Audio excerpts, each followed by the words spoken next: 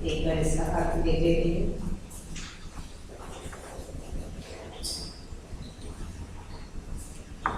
अहम का क्या होगा? आवाम, वयम, हम सब, माँ, मुझे, आवाम,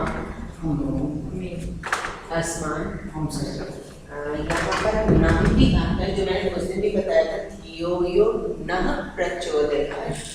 वो नह का अर्थ समापन है, लेकिन ये नह यहाँ पर भी आता है।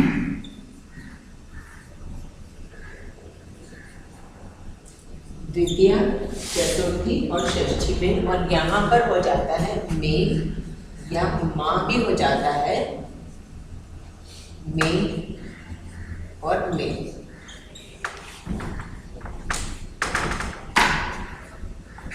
मया, मेरे द्वारा, आवाभ्याम, हम दो के द्वारा, अस्माकि, हम सबके, मह्यम, मेरे लिए, आवाभ्याम, हमारे लिए, हम दो के लिए, अस्मभ्यम, मत, मुझसे अलग। ठीक है, ये दोनों से में अंतर है। ये कारण बनता है, कारण बनता है, साधन बनता है, ये पृथक अलगाव। आवाभ्याम, अस्मत्, मम, मेरा, आवयोः, अस्माकं, मयि, आवयोः, अस्मासु, हम सब। ठीक है, ठीक है, क्लियर है? कुछ और पूछना या समझना चाहते हैं तो बता दीजिए। आप पेपर देख लीजिए, अगर कहीं डाउट है तो पूछ लीजिए। आप पेपर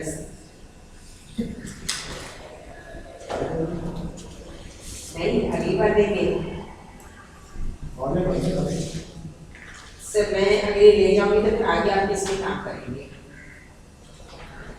अगली बार मैं अलग से ले आऊँगा या फोटो सेट करवाऊँगा। फोटो सेट की तरह ये तो ना आपने इसलिए खाते एक वो जो माइक्रो टैग्स नहीं होती है, फोल्डर्स होती हैं, उनके अंदर भी ऐसे शीट्स भी क्या करें, उसके अंदर डाल देता है। तो उससे क्या हो, सारा एक साथ इकट्ठा भी रहेगा, सीक्वेंस में भी रहेगा, और मुझे भी कैरी करना, लाना और ले जाना दोनों मेरे लिए आसान हो जाएगा थोड़ा सा। मुझे लगता है पुराने आप ध्यान से कुछ आपका स्टाइल नहीं हुआ चेक करेंगे।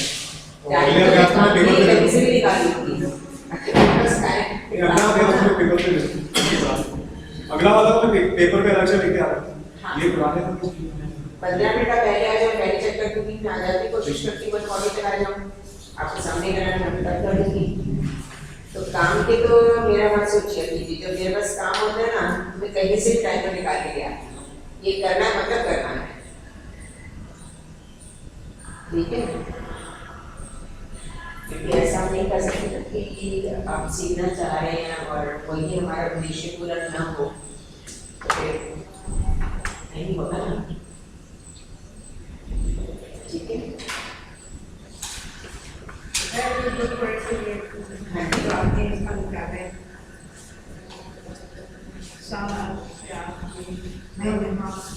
है तो लड़का हो गया वो विविध प्रकार, वह यहाँ हो, मेरे यहाँ हूँ, तुम यहाँ हो, मैं यहाँ हूँ।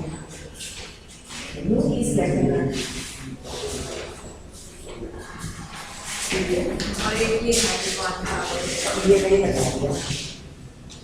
एक ये अनुस्वार कि आपने एक माँ को अनुस्वार करो, नहीं तो अनुस्वार कुछ भी किया है तो ये वहाँ अनुस्वार हो जाता है। आपकी आपने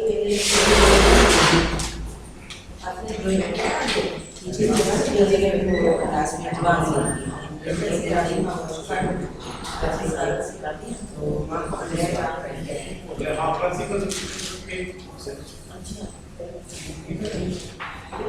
बहुत ही अलग है, बहुत बड़ा है। हाँ, कन्या, काम कन्या, किस कन्या को देखते हो, क्योंकि काम कर दिया, अगर ये अनुस्वार हट गया और काम हो जाए तो करता बन गया। कौन कन्या को देखती है, देखा ट्रिपल आ गया, एक अनुस्वार से वहाँ पर काम हो जाएगा तो विशेषण बन गया, और अगर वहाँ अनुस्वार हट गया काम हो गया तो कर्ता बन गया।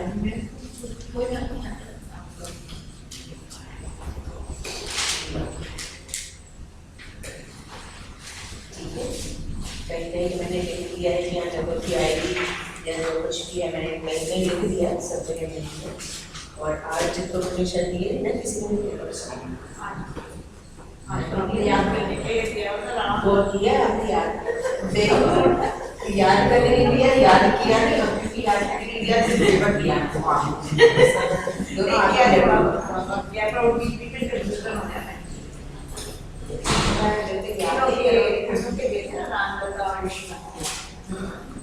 दोनों कैसे किया है, कोशिश की देरी करने से तो आपका ही वो होगा, है ना। बाकी जैसे सर कह रहे हैं, मैं तो अगर आपको लगे ना पढ़ करके समझ में आया तो मेरे से अच्छी कैसे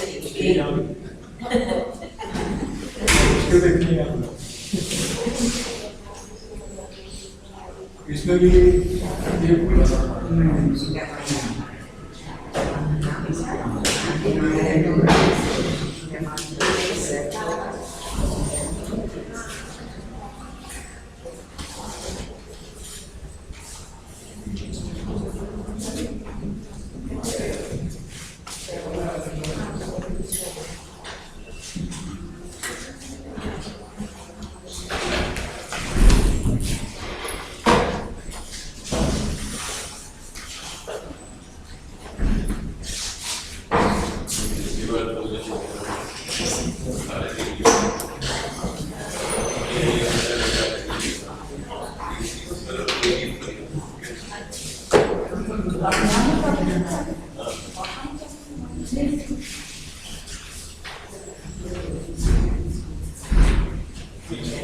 या तो आप निकल या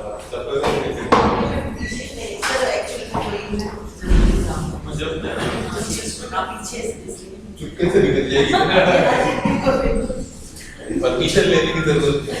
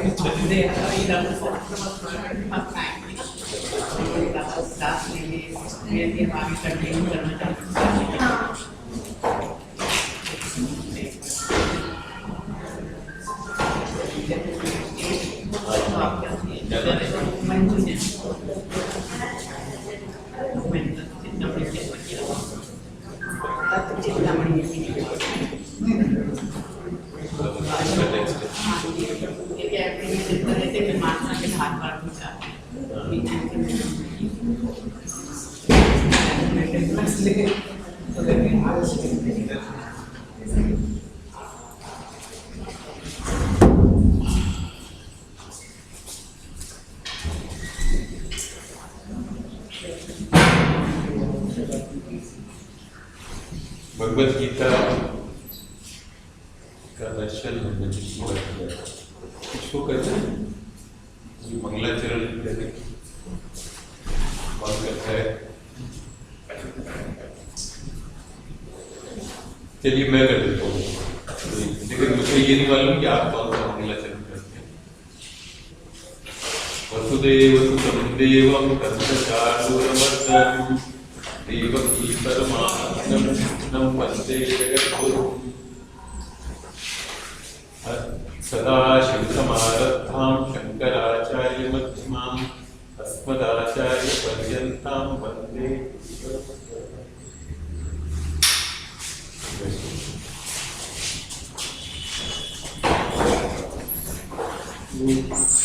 दर्शन के विषय में हमने चर्चा की और बात हमने की थी गीता का सबसे प्राचीन भाष्य शंकर का है। फिर दूसरे भाष्य में रामानुज है, मध्य है, वल्लभाचार्य हैं, और आधुनिक भाष्यों में जो एक अच्छा प्रसिद्ध जो टीका है या कहीं की व्याख्या है वो है लोकमान्य का अनुवाद।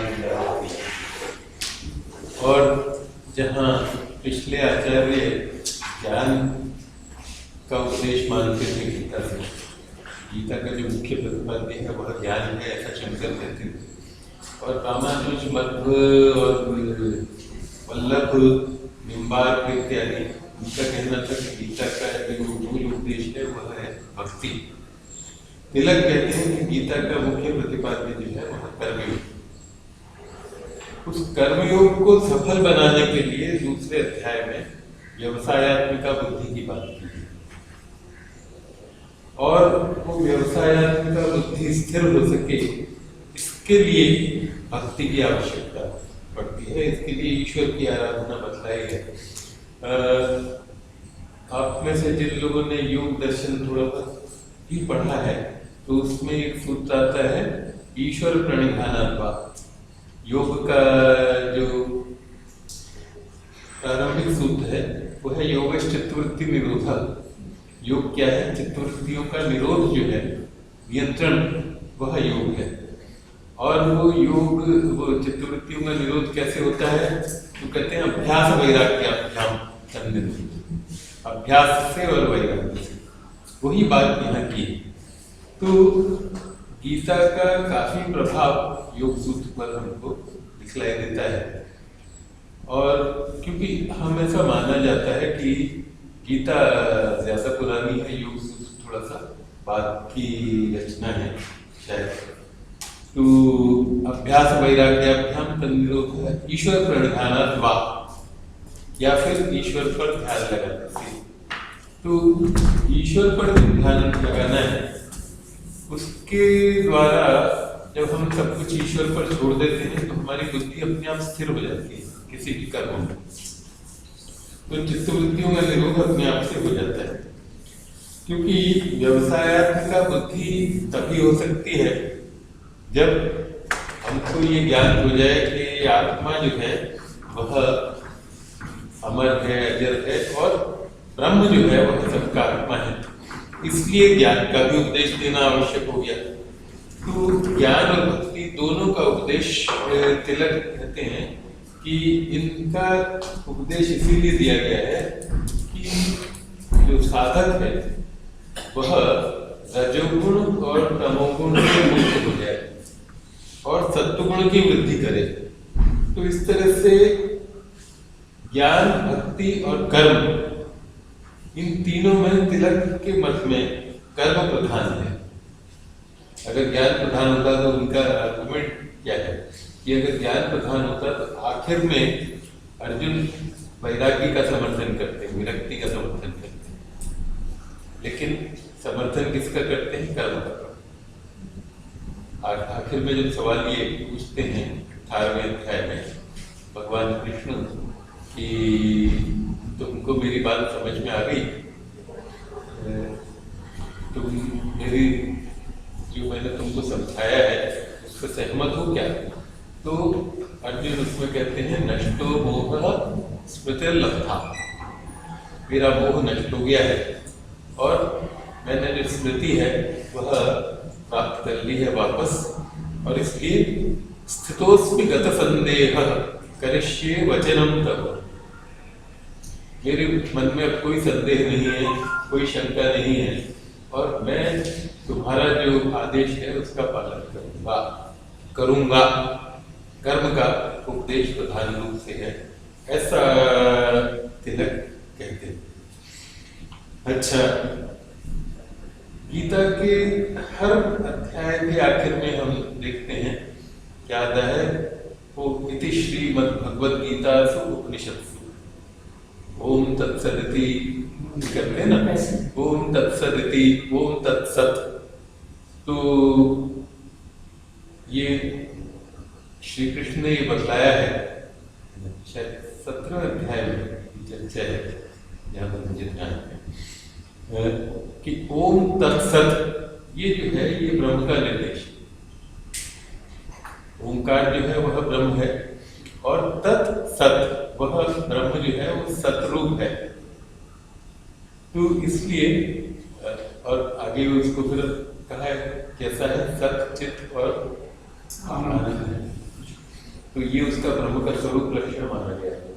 इसलिए आचार्य शंकर एक जगह पर कहते हैं अस्थि भाति प्रियम रूपम नाम चैत्य पंचकम। अस्थि भाति प्रिय, नाम और रूप, ये 5 अंश में जो उनको दिखलाई पड़ते हैं। इसमें से आद्यम त्रयम ब्रह्म रूपम, जो प्रारंभिक जो 3 हैं वो ब्रह्म रूप। क्या क्या? अस्थि भाति और प्रिय है।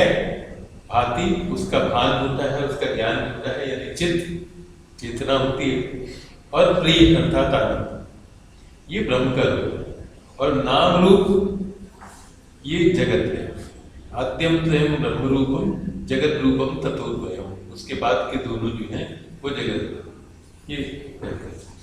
तो इसलिए नाम और रूप जो है वो जगत है, और सत चित आनंद ये ब्रह्म का स्वरूप है। तो हम ये देखते हैं कि कुरुक्षेत्र का जो मैदान है उसमें युद्ध के जब शंख बज जाते हैं तब अर्जुन मोहग्रस्त हो जाते हैं, और कृष्ण उन्हें पहले आत्मा की अमरता का उपदेश देते हैं। वो ज्ञान आवश्यक है, लोकमान्य तिलक का है ना, और फिर उनका स्वधर्म का और उनके कर्तव्य का स्मरण दिलाते हैं। और तब वो ये कहते हैं कि जो व्यवसायात्मिका बुद्धि है वह तो एक ही है, और जो व्यवसायात्मिका बुद्धि है, व्यवसायात्मिका बुद्धि अर्थात निश्चयात्मिका, जिसके द्वारा हम निश्चय करते हैं, वह बुद्धि तो एक ही कि एकमात्र सत्य क्या है, वो परब्रह्म जो है वही सत्य है। लेकिन बाकी कभी मुझे ये चाहिए, कभी वो चाहिए, ये हमारी इतनी तरह तरह की कामनाएं होती हैं। ये जो बुद्धि है अव्यवसायात्मिका, तो बहुशाखा जनंताश्च बुद्धयो अव्यवसायिनां, जो अव्यवसायी लोग जो हैं, जो जिनकी बुद्धि निश्चयात्मिका नहीं है, उनकी बुद्धि अनेक ओर चलती है और अनंत प्रकार की हुआ करती है। तो इसलिए फिर वहां पर भगवान का ये कहना है कि जिसकी बुद्धि जो है वो स्थिर हो जाती है वह उस परम तत्व को प्राप्त कर लेता है। तो अब अर्जुन फिर सवाल उठाते हैं कि साहब ये आपने कहा कि जिसकी बुद्धि स्थिर हो जाती है, तो वो स्थिर बुद्धि वाला जो है वो कैसा होता है? इस तरह के प्रश्न करते हैं। अच्छा, स्थित प्रज्ञस्य का भाषा समाधिस्थस्य केशव, ये प्रश्न वो उठाते हैं और फिर उसकी परिभाषा कृष्ण देते हैं। तो इसका अर्थ क्या है कि वेद व्यास जिन्होंने भगवत गीता की रचना की और जो उस गीता को भगवान कृष्ण के मुख से कहवा रहे, वो उन तमाम सवालों को दिमाग में रखे हुए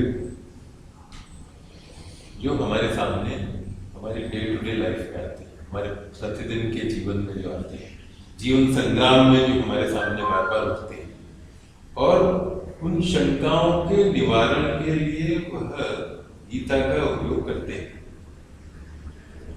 तीसरे अध्याय में फिर पूछते हैं कि मुझे क्या करना चाहिए, कौन सा कर्म करना चाहिए। अब महाभारत युद्ध की बात आती तो है इस बीच में, लेकिन उनका जो संवाद है वो मूलतः केंद्रित है उस युद्ध पर जो हमारे मन में लगातार छिड़ा रहता है। इसलिए वेद व्यास जो है डायलॉग के माध्यम से, उस संवाद के माध्यम से भगवत गीता में वो तमाम सवालों का जवाब देते हैं। और इसलिए हम ये देखते हैं कि भगवत गीता में कुल मिलाकर 700 श्लोक और महाभारत में 1 लाख श्लोक। महाभारत अच्छा पॉपुलर ग्रंथ है, उसके तमाम जो कथाएं हैं वो हम अक्सर पढ़ते हैं। छोटे से थे जब से पढ़ते चले आ रहे हैं, हम सब पढ़ते चले आ रहे हैं। और वो कथाएं हमको याद भी रह जाती हैं, क्योंकि बड़ी रोचक कथाएं हैं। लेकिन अच्छा, धर्म का उपदेश भी उसमें जगह जगह पर किया हुआ है। लेकिन महाभारत से भी ज़्यादा लोकप्रिय जो है वह भगवद गीता है। उस पर कितनी टीकाएं लिखी गई हैं, कितनी भाषाओं में उसका अनुवाद हुआ है, और इसीलिए हुआ है कि वह जो उपनिषद ग्रंथ जो है वो उनका सार हो। इसीलिए कहा ना, इति श्रीमद् भगवद गीता से जो भगवान के द्वारा जो गाई गई है ऐसी उपनिषद, ये थोड़ा सा ध्यान में रखने की चीज है। उपनिषद शब्द हम लोग हिंदी में आमतौर पर जो प्रयोग करते हैं वो लिंग में करते हैं। कठोपनिषद ऐसा कहता है, या मुंडकोपनिषद ऐसा कहता है। लेकिन मूल संस्कृत में अगर देखें तो उपनिषद शब्द स्त्रीलिंग है।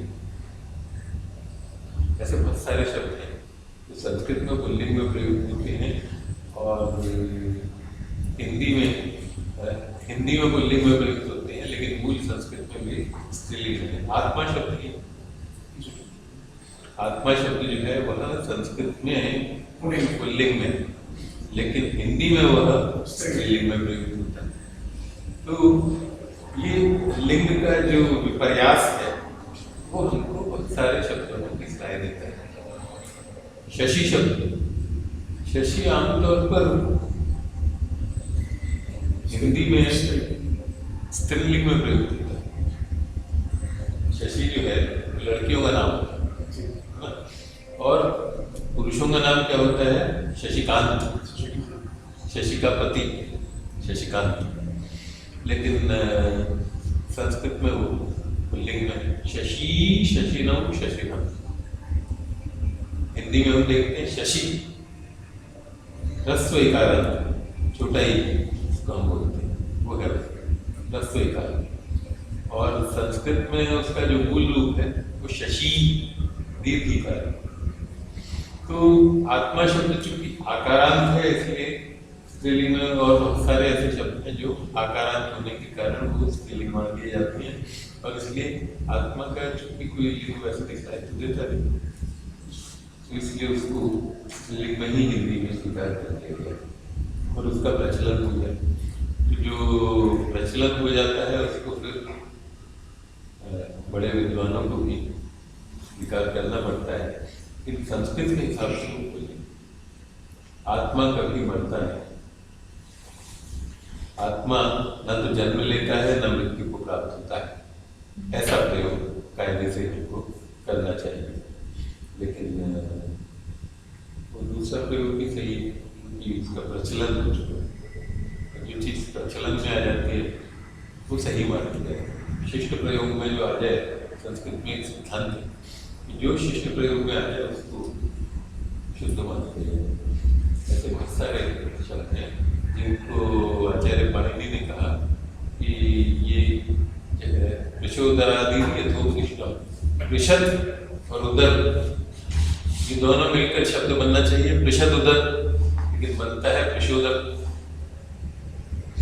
तो पाणिनि ये वो दे देते हैं जैसा उनका उपदेश है। अब हम पतंजलि ये सवाल उठाते हैं, इसके द्वारा उपदेश तो कहते हैं शिष्ट ही, शिष्टों के द्वारा। शिष्ट लोग कौन हैं? शिष्ट लोग वो कहते हैं वे लोग हैं जो इस आर्यावर्त में ये ब्राह्मण कुंभी धान्य अलोलुपा अगृह्यमाण करना, ऐसे ब्राह्मण जो कि ज्यादा संग्रह नहीं करते। संग्रह कितना करते हैं? एक छोटी सी मटकी जो है वो उनका संग्रह होता है। कुंभी धान्य, लालची नहीं, बिना किसी कारण के वे अपने नित्य कर्म का संपादन करते हैं। इसलिए नहीं करते कि उनके द्वारा कुछ उनको प्राप्ति होगी, लोग जो है उनकी तारीफ करेंगे, इसलिए नहीं, बल्कि इसलिए कि उनका कर्तव्य नहीं करते, इसलिए नित्य कर्म इसलिए करते हैं। तो ऐसे जो ब्राह्मण हैं ते तत्वभवन्तः शिष्टाः, वो लोग शिष्ट। तो शिष्ट प्रयोग में जो आ जाता है उसको स्वीकार किया जाता है। बाद में आगे चलकर शिष्ट का मतलब हो गया ऐसे लोग जो कि उस भाषा के जो नेटिव स्पीकर्स, जो भाषा को समझने वाले, जानने वाले और उसके जो मूल जो बोलने वाले लोग हैं वे लोग शिष्ट हैं और वो उस मामले में प्रमाण मान लिया जाता है। तो स्थित प्रज्ञ की परिभाषा होती पूछते हैं, उसकी चर्चा होती है, फिर ये पूछते हैं कि कर्म श्रेष्ठ है कि ज्ञान श्रेष्ठ है। तो भगवान उनको बतलाते हैं कि कर्म और ज्ञान इन दोनों में कोई फर्क है ही नहीं। और इस ढंग का जो प्रयोग है, प्रश्न और उत्तर की जो शैली है, ये हमको बहुत जगहों पर उपनिषदों में मिलती है। तीनों उपनिषद की शुरुआत होती है केनेशितम पतति प्रेषितम, इसके द्वारा इस होकर कि मन जो है वो अपने पदार्थों की ओर जाता है। केनवाचक प्रथम प्रयुक्त, किसके द्वारा प्रयुक्त होकर जो है ये वाणी बोलती है। कौन है जो इन सबका संचालन करता है, हमारी तमाम इंद्रियां जो है उनका संचालन करता है, वो कौन है? तो फिर वो कहते हैं कि वो श्रोत्रस्य श्रोत्रम मनसो मनोयन वाचो हवाचन सौ प्राणस्य प्राणः, वो परब्रह्म है जो श्रोत्र का भी श्रोत्र, जो प्राण का भी प्राण, मन का भी मन इत्यादि वो चर्चा उसमें करते हैं इस तरह से। इसी तरह से हमने पढ़ा था सनत कुमार और नारद का संवाद हमने पढ़ा था, और उसमें हमने ये देखा था कि कैसे नारद जो है वो सनत कुमार के पास जाते हैं और कहते हैं कि भगवान मैंने सब कुछ पढ़ा है लेकिन मैं आत्मा के विषय में नहीं जानता, तो मुझे आत्मा के विषय में बताइए। अच्छा, ऐसे ही मुंडक उपनिषद जो है उसमें हम देखते हैं कि शौनक जो हैं वो जाते हैं, मुझे ध्यान है इसके पास जाते हैं और उनसे ये प्रश्न करते हैं कि कस्मिन्नु भगवो विज्ञाते सर्वमिदं विज्ञातम् भवति, ऐसा कौन सा तत्व है जिसको जानने से सब कुछ ज्ञान हो जाता है, जिसको जानना सबसे ज्यादा आवश्यक है। तात्पर्य ये हुआ प्रश्नोपनिषद जो है उसमें भी यही है। आचार्य लोग बहुत सारे जो ब्रह्मचारी हैं वो पहुंचते हैं समिधाएं हाथ में लेकर, और समिधाएं लेकर जब पहुंचते हैं तो वो उनसे गुरु से पूछते हैं कुछ प्रश्न, कि हमारे दिमाग में कुछ प्रश्न है और हम आपके सामने रखना चाहते हैं। वो कहते हैं तुम अभी 1 वर्ष तक जो है ब्रह्मचर्य के द्वारा अभी यहाँ रहो, उसके बाद हम देखते हैं, फिर आपके प्रश्नों को सुनेंगे और अगर हमको उनका उत्तर आता होगा तो उनके अलग अलग 6 प्रश्न होते हैं, उन 6 प्रश्नों का उत्तर को देखते हैं और इसके उसका नाम ही प्रश्न। तो ये जो प्रश्नोत्तर की शैली है ये काफी प्रचलित रही है, और महाभारत में भी हम देखते हैं कि आपने सुना होगा यक्ष और युधिष्ठिर का संवाद है, उसमें यक्ष के प्रश्न हैं और युधिष्ठिर उनका उत्तर देते हैं। इसी तरह से नहुष हैं अजगर के रूप में, वो प्रश्न करते हैं, अजगर प्रश्न करता है और युधिष्ठिर उनका जवाब देते हैं, और तब हम देखते हैं कि वो नहुष का रूप धारण करते हैं। तो इसलिए अच्छा, एक जो है गीता की व्याख्या इस दृष्टि से भी की जा सकती है कि ये अपने आप को मैनेज करना सीखा। गांधी जी ने ये कहा था कि अनासक्ति योग जो उनका जो अनुवाद है और व्याख्या है उसका टाइटल ही अनासक्ति है, कि अनासक्ति के द्वारा मनुष्य वो एक धीरता को विकसित करता है। अगर वह आसक्ति रखता है तो इम्पेशेंट हो जाता है और तमाम तरह के काम करता है, कभी इधर जाता है कभी उधर जाता है, और इस तरह से वो ना तो ये काम कर पाता है ना वो काम कर पाता है। तो इसलिए आसक्ति जो है वो यदि ना हो और ईश्वर में विश्वास रखते हुए अगर हम अपना काम करते हैं, ईश्वर में विश्वास रखें या अपने, वो ईश्वर किसी भी रूप में हो सकता है, वो कृष्ण के रूप में हो, राम के रूप में हो, निराकार रूप में हो, ईसा के रूप में हो, अल्लाह के रूप में हो, किसी भी रूप में, लेकिन अगर उसमें विश्वास है तो अगर कहीं असफलता भी मिलती है तो हम सोचकर आमतौर पर हम देखते हैं, संतोष करते हैं, कोई बात नहीं, ईश्वर की ऐसी ही इच्छा, हम पागल नहीं हो जाते, डिप्रेशन में नहीं आ जाते। तो इसलिए मैनेजमेंट की दृष्टि से अगर हम ये देखें तो भी गीता का जो काम है वो बहुत महत्वपूर्ण है। एक काफी पहले मैंने एक पढ़ा था, सुदर्शन अयंगार गुजरात विद्यापीठ के वाइस चांसलर थे, कुलनायक कहते हैं। तो गुजरात विद्यापीठ की स्थापना गांधी जी ने की थी और उसके कुलनायक थे। उन्होंने लिखा है कि कैसे मशीनों का दखल जो है वो हमारी जिंदगी में बढ़ता चला जा रहा है। तो उन्होंने ये लिखा कि हमारे यहाँ क्या हुआ कि हमने विद्यार्थियों के मोबाइल लाने पर प्रतिबंध लगा दिया, लेकिन वो चोरी छिपे फिर भी मोबाइल करते। अब वो गुजरात विद्यापीठ जो है वो पूरी तरह से रेजिडेंशियल विद्यापीठ, वहाँ रहते हैं और वो चोरी छुपे मोबाइल रखते हैं। तो उनको लगा कि इसका क्या उपाय करें, किसी ने सजेस्ट ये किया कि आप जैमर्स लगा दीजिए, कुछ लाख रुपए के जैमर्स आएंगे तो लगा दीजिए, तो उनका मोबाइल इसका उनको लगा कि हाँ बात सही है, लेकिन ये तो गांधी जी का रास्ता नहीं। गांधी जी का रास्ता क्या है? आत्मानुशासन का रास्ता गांधी जी का रास्ता। वही आत्मानुशासन जो है हमको भगवत गीता सिखाता है। इसलिए गीता का जो उपदेश है वहाँ मन बहुत महत्वपूर्ण। मन सर का उनके बारे में प्रश्न करते हैं कि भाई अपने मन को, जो चंचल मन है उसको स्थिर करो। तो अर्जुन वहाँ पूछते हैं, भगवान आपने योग बतलाया, आत्मसंस्थम मनः कृत्वा न किंचिदपि चिंतयेत्, अपने आप में मन को स्थित कर दे और फिर कुछ भी विचरण न करे, कुछ भी चिंतन न करे, ऐसा योग करने का जो साधन है वो इस प्रकार का होना चाहिए। शुचौ देशे प्रतिष्ठाप्य स्थिरमासनम् आत्मनः इत्यादि छठे अध्याय में उसकी बात की।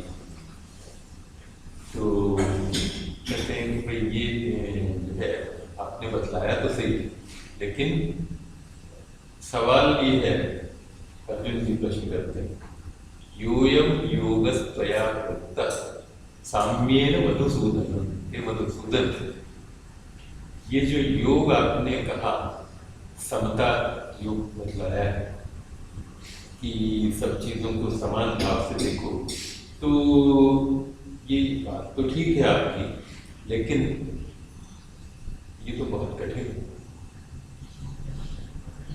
मुझे इसकी स्थिति जो है वो दिखलाई ही नहीं देती। इसलिए उपनिषद कहता है क्या कि क्षुरस्य धारा निशिता, तलवार की धार पर चलना जितना कठिन है उतना ही कठिन इस उपनिषद के मार्ग पर चलना कठिन। आज सवेरे ही हमारे यहाँ चर्चा हो रही थी कि साहब कहीं तो उपनिषद तो ये कहता है और वैसे कहते हैं कि इससे सरल कोई मार्ग ही नहीं, जो भक्ति का मार्ग सरल तो है, लेकिन सरल कब है? जब वैराग्य और मन जो है उस पर अपना नियंत्रण। लेकिन मन पर नियंत्रण कहाँ होता है? मन की गति सबसे श्रेष्ठ है। अभी हम कोई चर्चा सुन रहे हैं गीता के विषय में और हमारा ध्यान जाता है कि वो मंडी हाउस से मेट्रो चल रही है कि नहीं, आज चली मालूम चल रही है, तो वो गेट खुला है कि नहीं खुला है, ये प्रश्न आता है। ये आता है कि भाई अब इसके बाद हम निकलेंगे, तो मुझे मेरे ही दिमाग में आ जाता है कि हम इसके बाद निकलेंगे तो हमको कितना ट्रैफिक मिलेगा। आते समय तो मैं बड़े आराम से आ गया, कि जाते समय मैं फंस तो नहीं जाऊंगा।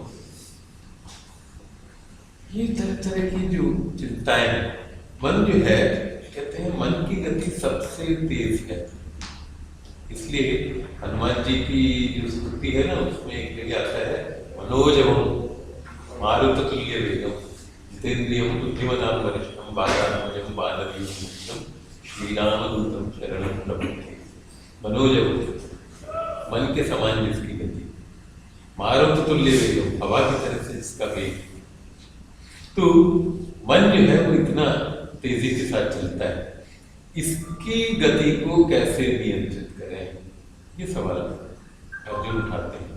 चंचलम हि मनः कृष्ण प्रमाथि बलवज्जडम। ये कृष्ण मन जो है वो चंचल, प्रमाथि, झकझोर देता है सारी इंद्रियों को, और बलवान है, दृढ़ है। और इस तरह से दृढ़ता के साथ, बलवत्ता के साथ वह तमाम इंद्रियों को झकझोर देता है। तो इसलिए कहते हैं तस्याहं निग्रहं मन्ये वायुरिव सुदुष्करम्। हे कृष्ण, हे जनार्दन, मैं उसका जो निग्रह है, उसका जो नियंत्रण है, उसको मैं इतना ही कठिन समझता हूँ जैसे हवा को पकड़ के रखना। कोई ये सोचे कि हवा को पकड़कर मैं इसमें अपने बंद करके रख दूंगा एक तरफ कपड़े में, तो ये तो संभव नहीं है। इसी तरह से इतना ही कठिन जो है वह मन को नियंत्रित करना है। तो वो कैसे किया जाए, ये प्रश्न वो उठाते हैं। और तब भगवान इसका जवाब देते हैं, क्या कहते हैं? असंशयम महाबाहो मनोदुर्निग्रहं चलम् अभ्यासेन तु कौन्तेय वैराग्येण च गृह्यते। हे महाबाबू, ये इसमें कोई शक नहीं है, कोई संदेह नहीं है कि मन जो है वो कैसा है, दुर्निग्रहम, उसका नियंत्रण अत्यंत कठिन, चलम, चंचल, लेकिन अभ्यास से और वैराग्य से उसको वश किया जा सकता है। धीरे धीरे अभ्यास के द्वारा उसको इस प्रकार से किया जाए।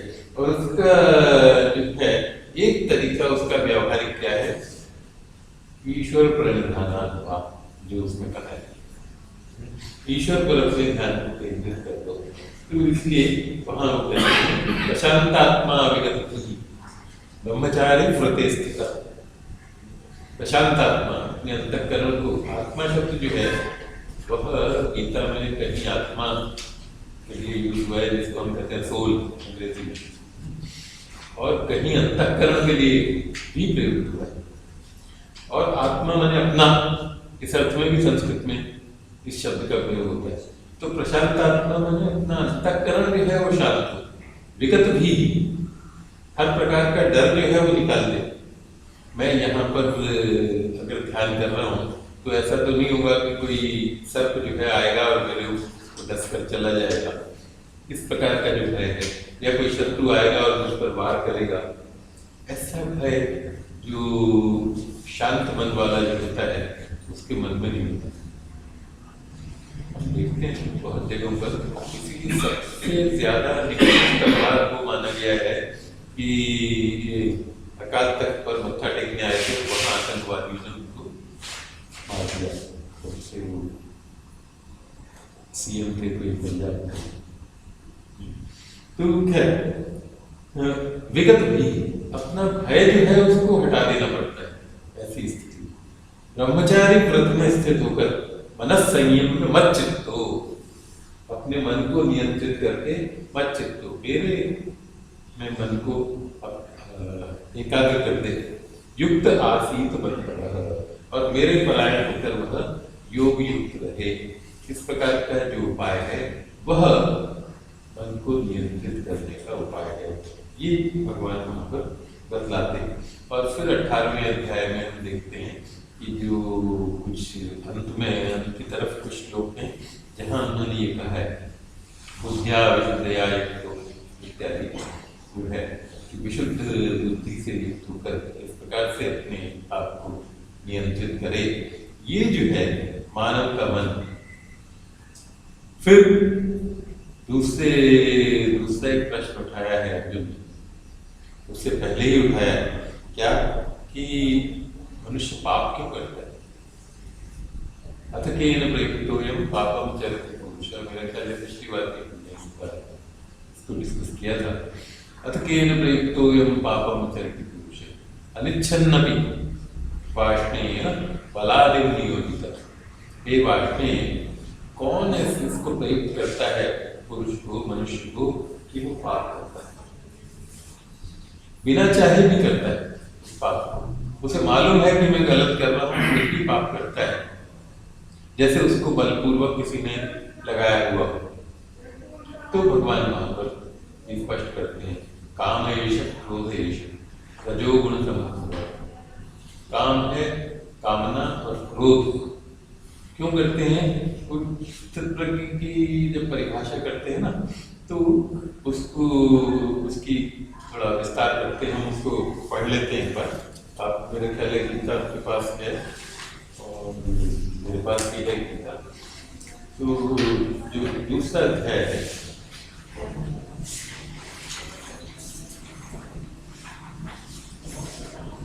दूसरे अध्याय में पहले आपने पढ़ा हुआ है, आमतौर पर सब लोगों ने पढ़ा हुआ है कि देहिनोऽस्मिन् यथा देहे कौमारं यौवनं तथा। मनुष्य के देह में जिस प्रकार से कुमारावस्था आती है, यौवनावस्था आती है, जरा वृद्धावस्था आती, तथा देहांतर प्राप्ति, उसी तरह से देहांतर की प्राप्ति भी थी। जो धीर व्यक्ति है उसमें मोहग्रस्त नहीं, ये और इससे ये सिद्ध होता है कि आत्मा जो है वो एक ही वेदांत में उसका एक ये प्रमाण देते हैं। आत्मा के अस्तित्व का एक प्रमाण क्या है कि मैं जो कि बचपन में छोटा सा था, अपने माता पिता की गोद में बैठता था, आज मैं इतना बड़ा हो गया हूँ और मैं अपने बेटों को, अपने पोतों को गोदी में खिलाता हूँ।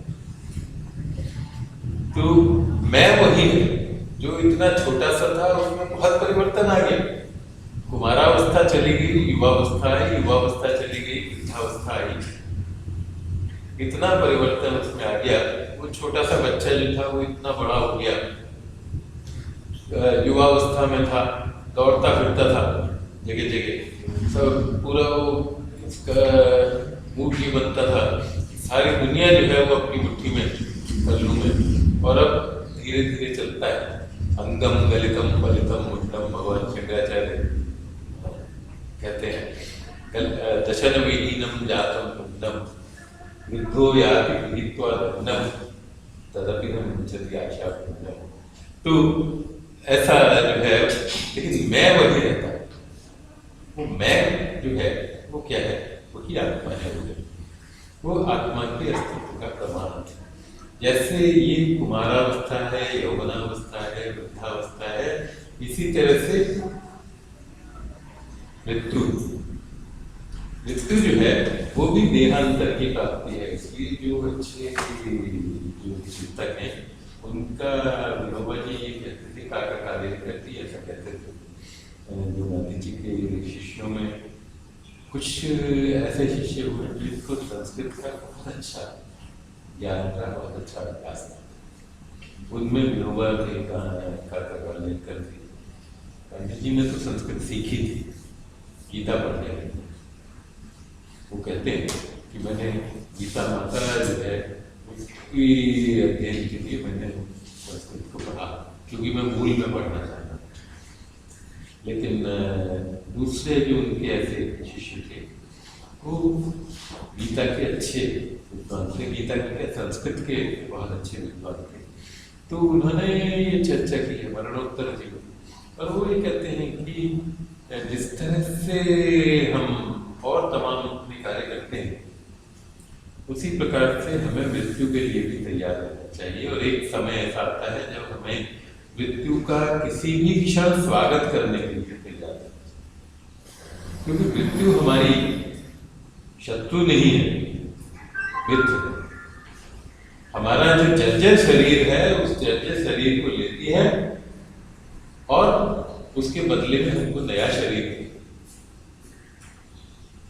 तो इसलिए मृत्यु से भय का कोई कारण नहीं है। उस मृत्यु के भय पर हमको विजय प्राप्त कर लेनी ही चाहिए, ये वो लोग कहते हैं। तो इसलिए वो कहते हैं तथा देहांतर प्राप्ति, उसी प्रकार से देहांतर की प्राप्ति है, धीरज तत्व न मुह्यति। और ये सारी जो चर्चा है उसके बाद वो आत्मा के स्वरूप के विषय में चर्चा करते हैं। वो श्लोक आपने काफी सुने हुए हैं, वासांसि जीर्णानि यथा विहाय नवानि गृह्णाति नरोपरा, कि जिस तरह से जीर्णानि वासांसि विहाय, जो जीर्ण वस्तु हैं उनको त्याग कर, ये इसमें दूसरे अध्याय का 22वां श्लोक है, एक देह छूटती है दूसरी देह मिलती। वासांसि जीर्णानि यथा विहाय नवानि गृह्णाति नरो अपराणि, मनुष्य जो है वो दूसरे नए वस्तु ग्रहण करता है।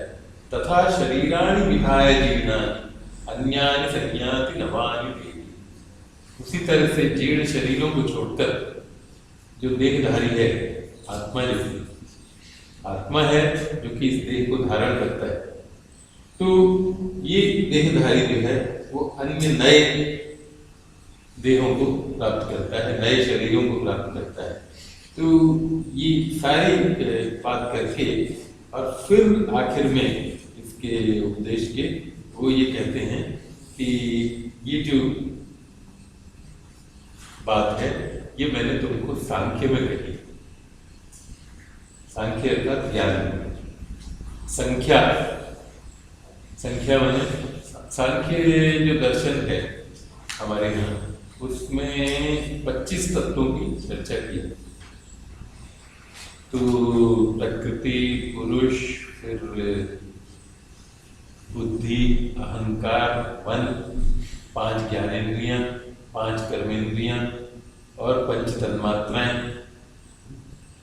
और पुरुष, 5 महाभूत, ये मिलाकर 25 हो गए होंगे मेरे ख्याल। तो इनकी जो गणना है संख्या शब्द, महत बुद्धि के लिए महत जो है प्रकृति महान ततो अहंकार, सांख्यकारी कहते हैं। प्रकृति से महान का उद्भव होता है और महान से अहंकार का उद्भव। तो महत ये 25 तत्व जो है इसके बारे में कहा है 25 तत्वों की। ये 25 तत्वों का जो ज्ञाता है वह जटिमुंडी शिखीवापी मुच्यते नात्र संशय। वो चाहे जटाधारी हो, चाहे मुंडित हो, चाहे शिखाधारी अर्थात गृहस्थ हो, अगर वो इनका ज्ञान प्राप्त कर लेता है तो उसकी मुक्ति हो जाती है, वो कहते हैं।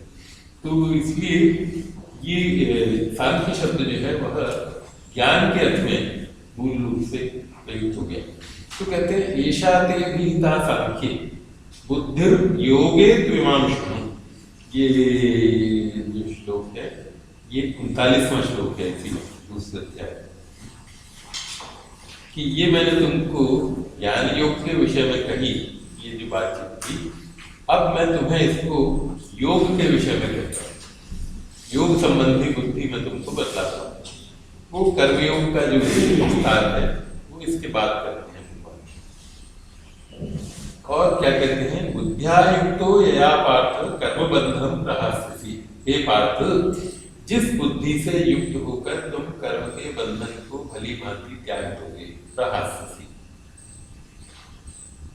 अच्छा, अब ये कहते हैं कि ये जो कर्मयोग है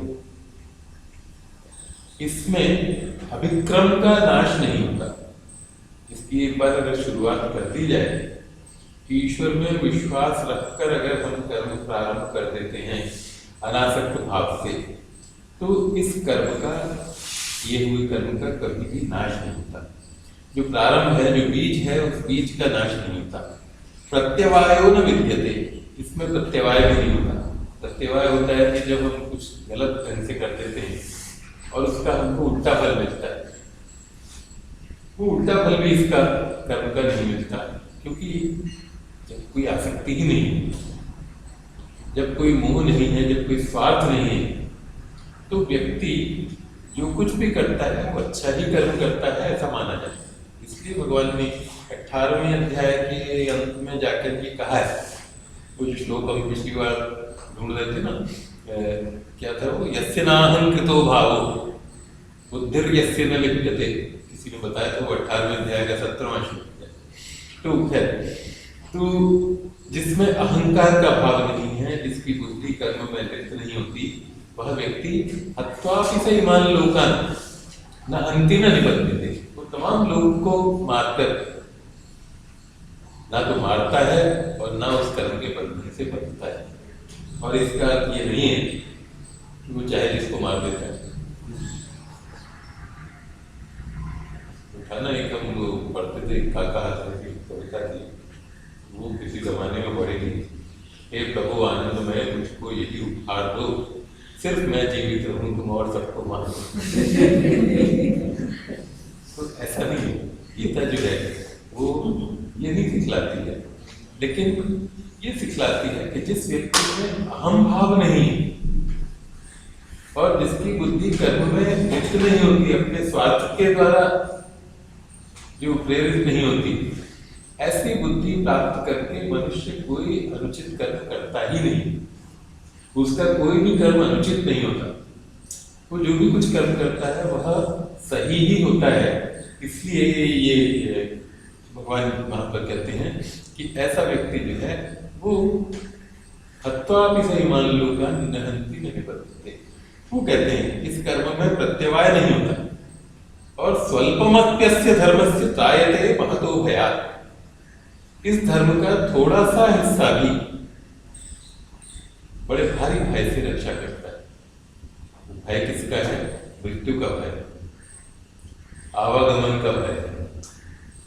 इसमें संसार में जो है आकर वो कहते हैं, इसमें एक शब्द आता है बीच में, कृपण, कार्पण्य दोषोपहत स्वभाव, कहते हैं कि कृपणता रूपी दोष से दूषित हो गया है मेरा स्वभाव। तो कृपण कौन है, ये सवाल उठाते हैं। तो भाष्यों में बृहदारण्यक उपनिषद से एक उक्ति उन्होंने उद्धृत की, यो वा गार्गी एतदक्षरम अविदित्वा अस्मान् लोकात् प्रैति स कृपण। कृपण वो है जो उस अक्षर ब्रह्म को जाने बिना इस लोक से चला जाता है। याज्ञवल्क्य जो है, जब गार्गी के साथ उनकी संवाद होता है तो उसमें वो कृपण शब्द की ये परिभाषा दी। कृपण वो है जो उस अक्षर ब्रह्म को नहीं जान पाता और इस लोक से चला जाता है। तो कहते हैं कि वो जो महान भय है, आवागमन का भय, मोक्ष को न पाने का भय, उस भय से वह ये सवाल अर्जुन ने आगे चलकर उठाया है कि ये बताइए कि इस योग का अनुष्ठान जो व्यक्ति करता है वह अगर पूरी तरह से आत्म तत्व को प्राप्त किए बिना इस लोक से विदा हो जाता है तो उसकी क्या स्थिति होती है? कच्चिन नोभय विभ्रष्ट छिन्नाभ्रमेव नश्यति। ऐसा तो नहीं कि वह उस बादल की तरफ से जो छिन्न भिन्न हो गया है, ऐसा बादल जो है वो फिर बरसात की हवा जब उड़ा ले जाती है बादलों को, तो वो बादल जो है वो बरसात नहीं कर पाता, बिल्कुल निरर्थक हो जाता है। ऐसा तो नहीं है कि वो व्यक्ति इधर से भी जाता है और उधर से भी जाता है, ना तो उसको संसार मिलता है और ना परमात्मा मिलता है। क्या है वो कहावत एक है ना, विविधा में दोनों गए माया मिली ना खुदा ही मिला ना मिसाले से। तो वो जो स्थिति है ऐसी तो नहीं है कि उस व्यक्ति की वह स्थिति हो जाती है। तो भगवान जी वहां पर कहते हैं पार्थ नैवेह नामुत्र विनाशस्तस्य विद्यते, ना तो इस लोक में और ना परलोक में उसका विनाश होता है। क्यों? वो ये कहते हैं कौन्तेय प्रतिजानीहि न मे मुक्तः प्रणश्यति। मैं तुमको ये प्रॉमिस करता हूँ, प्रतिज्ञा करता हूँ, उस प्रतिज्ञा को तुम मुझसे ले सकते हो, वचन ले सकते हो मुझसे, या नमी भक्त प्रणश्यति, मेरा भक्त जो है वो नष्ट नहीं होता। वह जाता है इस लोक से इस लोक को छोड़कर, जब तो सत लोगों को जाता है, अच्छे लोगों को जाता है, वहां अपने पुण्य का फल का भोग करता है, और फिर वापस जब वो इस पृथ्वी पर आता है तो वो कहते हैं कि उसका जन्म जो है वो श्रेष्ठ कुले भवति धीमता, जो विद्वान लोग हैं उनके कुल में उस व्यक्ति का जन्म होता है, और जो पूर्व जन्म के जो संस्कार हैं वो उसमें फिर भी विद्यमान रहते हैं। इसलिए ऐसा व्यक्ति जो है वो और आगे उसकी प्राप्ति के लिए प्रयास करता है। तो इसलिए हम अक्सर कहते हैं कि ये अगर कोई बच्चा है और वो बहुत अच्छे में रहता है तो कहते हैं ये कोई पूर्व जन्म का ऋषि मुनि है जो आपके घर में प्रकट हुआ है, स्वामी रामकृष्ण परमहंस या स्वामी विवेकानंद, ऐसे जो उदाहरण थे वो यही थे कि ये न जाने कहाँ से आया है, कौन से जन्म के संस्कार लेकर आया है। और इसलिए हम ये देखते हैं कि मैं ये चर्चा कर रहा था, सवाल ये उठाया कि साहब वो गुरु मिलेगा कैसे? गुरु मिलेगा अपने पूर्व जन्म के पुण्य से। पूर्व जन्म के जिसके पुण्य होंगे उसको गुरु की प्राप्ति अवश्य होगी, और उससे फिर ज्ञान की प्राप्ति भी होगी। तो ये बात भगवान ने कहा, इसलिए कहते हैं नेहा विक्रमनाशोस्ति प्रत्यवायो न विद्यते स्वल्पमप्यस्य धर्मस्य त्रायते महतो भयात्। और तब वो ये कहते हैं कि अर्जुन, इस लोक में, इस कर्मयोग में जो निश्चयात्मिका बुद्धि है वो तो एक है, और जो अव्यवसायत्मिका अस्थिर चित्त वालों की जो बुद्धि है वह कैसी होती है? बहुशाखा अनंत, अनेक शाखाओं वाली बुद्धि है और अनंत होती है। और उसी संदर्भ में वे जो वेद में बतलाए गए जो कर्म है उन कर्मों की भी क्षण अनुकूलता बतलाते हैं। आदमी पुण्य करता है, पुण्य करके वो स्वर्ग में जाता है। मुंडक उपनिषद की बात कहता है कि भाई जो लोग इस तदेतत् सत्यम मंत्रेषु कर्माणि कवयो यान्य पश्यन्ति तानि त्रेतायां बहुधा सन्तता। मंत्रों में जिन कर्मों का उपदेश दिया गया है, ऋषियों ने दिया है, वो इस त्रेता त्रयी अर्थात वेद में अनेक प्रकार से फैले हुए हैं, उनका अनेक प्रकार का विस्तार है। तान्याचरत नियतम सत्य कामः, हे सत्य की कामना करने वाले उनका आचरण करो। एष वः प्रन्थः सुकृतस्य लोके, जो पुण्यों से प्राप्त होने वाला जो लोक है उसके लिए यही मार्ग है। लेकिन फिर उसके बाद कहते हैं प्लवाह्येते अतिदः यज्ञोपा, कि ये जितने भी कर्म हैं ये कैसे हैं? छोटी छोटी डोंगियों की तरह से, छोटी छोटी नौकाएं जिनसे समुद्र पार नहीं किया जा सकता, उस प्रकार के हैं। अष्टादशोत्तम वरम येषु, और इसलिए वो कहते हैं एतत् श्रेयो ये विनंदन्ति मूढ़ा जरा मृत्युम पुनरेवापि, यही श्रेय है ऐसा जो लोग मानते हैं वो लोग बार बार वृद्धावस्था को और बार बार मृत्यु को प्राप्त करते हैं। इसलिए वो ये कहते हैं कि ये जो वेद का जो अर्थवाद है उसको प्राप्त होने वाले जो लोग हैं, जो अनेक प्रकार की कामनाएं रखते हैं, उनकी बुद्धि व्यवसायत्मिका नहीं बनती, क्योंकि वेद जो है वो त्रैगुण्य विषय है। वेद की निंदा नहीं कर रहे हैं, बल्कि ये बतला रहे हैं कि उनके जो उद्देश्य हैं वो एक स्वर्ग की ओर ले जाता है। इसलिए हमारे यहाँ ये माना गया कि जो वैदिक साहित्य है उसमें न केवल वो संहिताएं हैं, न केवल वो यज्ञ याग है, बल्कि वे जो ज्ञान का जो मार्ग है वह भी उसी वेद का उपदेश है। इसलिए उपनिषद जो है वो भी वेद के अंतर्गत आते हैं, वैदिक साहित्य मानते हैं, इसीलिए उसे भी श्रुति के अंतर्गत रखा गया है। और तब वो वो 47वां जो श्लोक है इसका दूसरे अध्याय का, कर्मण्येवाधिकारस्ते मा फलेषु कदाचन, वो इस कर्मयोग का स्वरूप बताते हैं। उसकी चर्चा हम पिछली बार कर चुके हैं कि ये जो है इसको लोकमान्य तिलक ने इसकी भगवद गीता की चतुर्सूत्री कहा है कि जैसे वेदांत में शुरुआत के जो 4 सूत्र हैं वो सबसे महत्वपूर्ण माने गए, उसी तरह से ये भी गीता की चतुर्सूत्री है। और तब वो ये कहते हैं 53वें श्लोक में कि तुम्हारी ये बुद्धि जब समाधि में निश्चल हो जाएगी, तब निश्चल हो जाएगी और अचल हो जाएगी।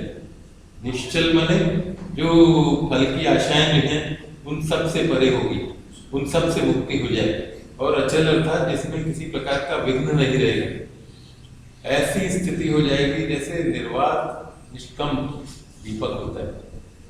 वायु रहित प्रदेश में जिस प्रकार से दीपक जो है वो बिना किसी बाधा के चलता है, ऐसी समाधि जब तुम्हारी बन जाएगी तब तुम उस कर्मयोग को प्राप्त कर चुके हो, ऐसा मानना होगा। तो अर्जुन ये प्रश्न करते हैं, स्थित प्रज्ञस्य का भाषा समाधिस्तस्य स्थित देहि प्रभाषित हिमासीत प्रयुक्ति। और तब भगवान जो है उनके स्थित प्रज्ञ के लक्षण इसमें बतलाते हैं। क्या प्रजहाति यदा कामान, घड़ी थी ना, ये घड़ी 4 बजे ना, तो ठीक है। हम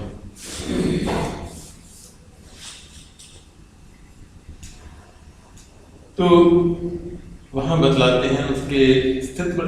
सवाल जब अर्जुन करते हैं तो उसमें 2 चीजें, एक तो ये कि वो स्थित प्रज्ञ कैसा होता है, क्योंकि उस स्थित प्रज्ञ को यदि हम देख लें तो हम ये पहचान सकते हैं कि हाँ ऐसा ही हमें बनना है। तो किस प्रकार का आचरण हमारा होना चाहिए कि हम स्थित प्रज्ञ बने, और किस प्रकार के लक्षण उस व्यक्ति के होंगे जिसको पहचान कर हम ये कह सकें कि हाँ ये व्यक्ति स्थित प्रज्ञ है, इसको फॉलो करो, इसको गुरु मानो। तो इसलिए भगवान जो है वो वहां पर इस प्रकार के लक्षण उसके बतलाते हैं। कुछ आभ्यंतर लक्षण है जो अपने लिए, कुछ बाह्य लक्षण है जो दूसरे को पहचानने के लिए। तो आभ्यंतर लक्षणों में इसको माना गया है, प्रजहाति यदा कामान सर्वान् पार्थ मनोरथान् आत्मन्येवात्मना तुष्टः स्थित प्रज्ञस्तदोच्यते। प्रजहाति यदा कामान, हे पार्थ, यदा मनोगतान् सर्वान् कामान प्रजहाति, मन में जो स्थित है ऐसी संपूर्ण कामनाओं को जब वो त्याग देता है, और आत्मनि एव आत्मना तुष्टः, अपने ही भीतर अपने आप से जब वह संतुष्ट रहता है, तब ऐसा व्यक्ति जो है वह स्थित प्रज्ञ कहलाता है। प्रजहाति यदा कामान सर्वान् पार्थ मनोगतान्, हे पार्थ, यदा मनोगतान् सर्वान् कामान प्रजहाति आत्मनिएव आत्मना तुष्टः, जब मन में स्थित जितनी कामनाएं हैं उन सबको त्याग देता है और अपने आप में अपने आप के द्वारा, अपनी आत्मा के द्वारा ही संतुष्ट रहता है, तदा स्थित प्रज्ञ उच्यते, तब वह स्थित प्रज्ञ कहलाता है।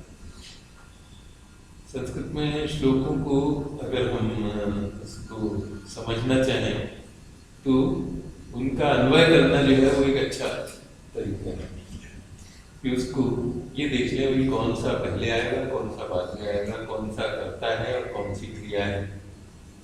इस प्रकार से करके हम उसको, इसलिए मैं ये कहता हूँ अक्सर कि भगवद गीता जो है उसके द्वारा हम संस्कृत अच्छी तरह से सीख सकते हैं। जो जिन लोगों ने बचपन से, इसीलिए हमारे यहाँ सिखाया जाता था बचपन में कि भाई ये श्लोक पढ़ो, गीता पढ़ो, इससे कि उस भाषा से थोड़ा बहुत परिचय हो जाए। वरना क्या होता है, बहुत से लोग सही उच्चारण भी नहीं कर पाते, कितनी ही बार कह लो फिर भी सही उच्चारण नहीं होता। और बहुत से लोग उसका अर्थ नहीं समझ पाते।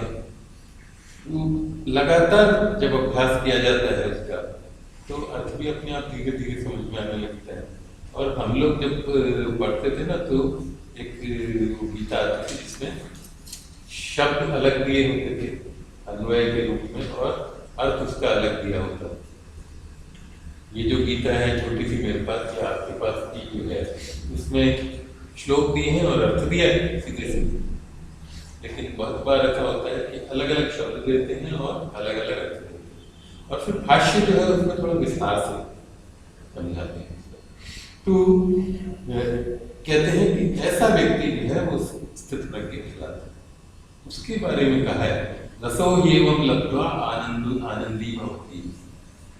इसी रस को प्राप्त करके, वो आत्मा का जो आनंद है उसको प्राप्त करके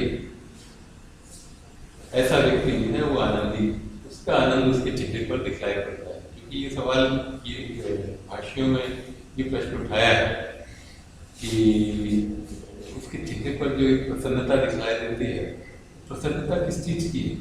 कोई विषय भोग कुछ भी नहीं है उसके पास, कोई उसकी इच्छा भी नहीं है, फिर वो आनंद किस चीज का है? कहते हैं वह आनंद जो है आत्मा का, वो संतोष का आनंद। कहते हैं ना, जवाब है संतोष धन सब धन धूलि समान, गोधन निर्धन भागधन और धन खान। पहले ये तो इसलिए ये कहा है, यदा सर्वे प्रमुच्यन्ते कामायेत्य हृदिष्ठिता। जब सारी कामनाएं जो हैं, जब उसके हृदय में जितनी भी कामनाएं हैं वो सब समाप्त हो जाती हैं, उन सबसे जब मुक्त हो जाता है, अथ मर्त्यो मृतो भवति, तब वह मर्त्य जो है वह अमृत हो जाता है। और सर्वबंधात् विमुच्यते, ऐसा मर्त्यो मृतो भवति, ऐसा ही कुछ है, सर्वबंधात् विमुच्यते, समस्त बंधनों से मुक्त हो जाता है। तो ऐसा जो व्यक्ति है उपनिषद में, शायद उपनिषद में ये बुद्धि है कि मनुष्य जो है, युवक है,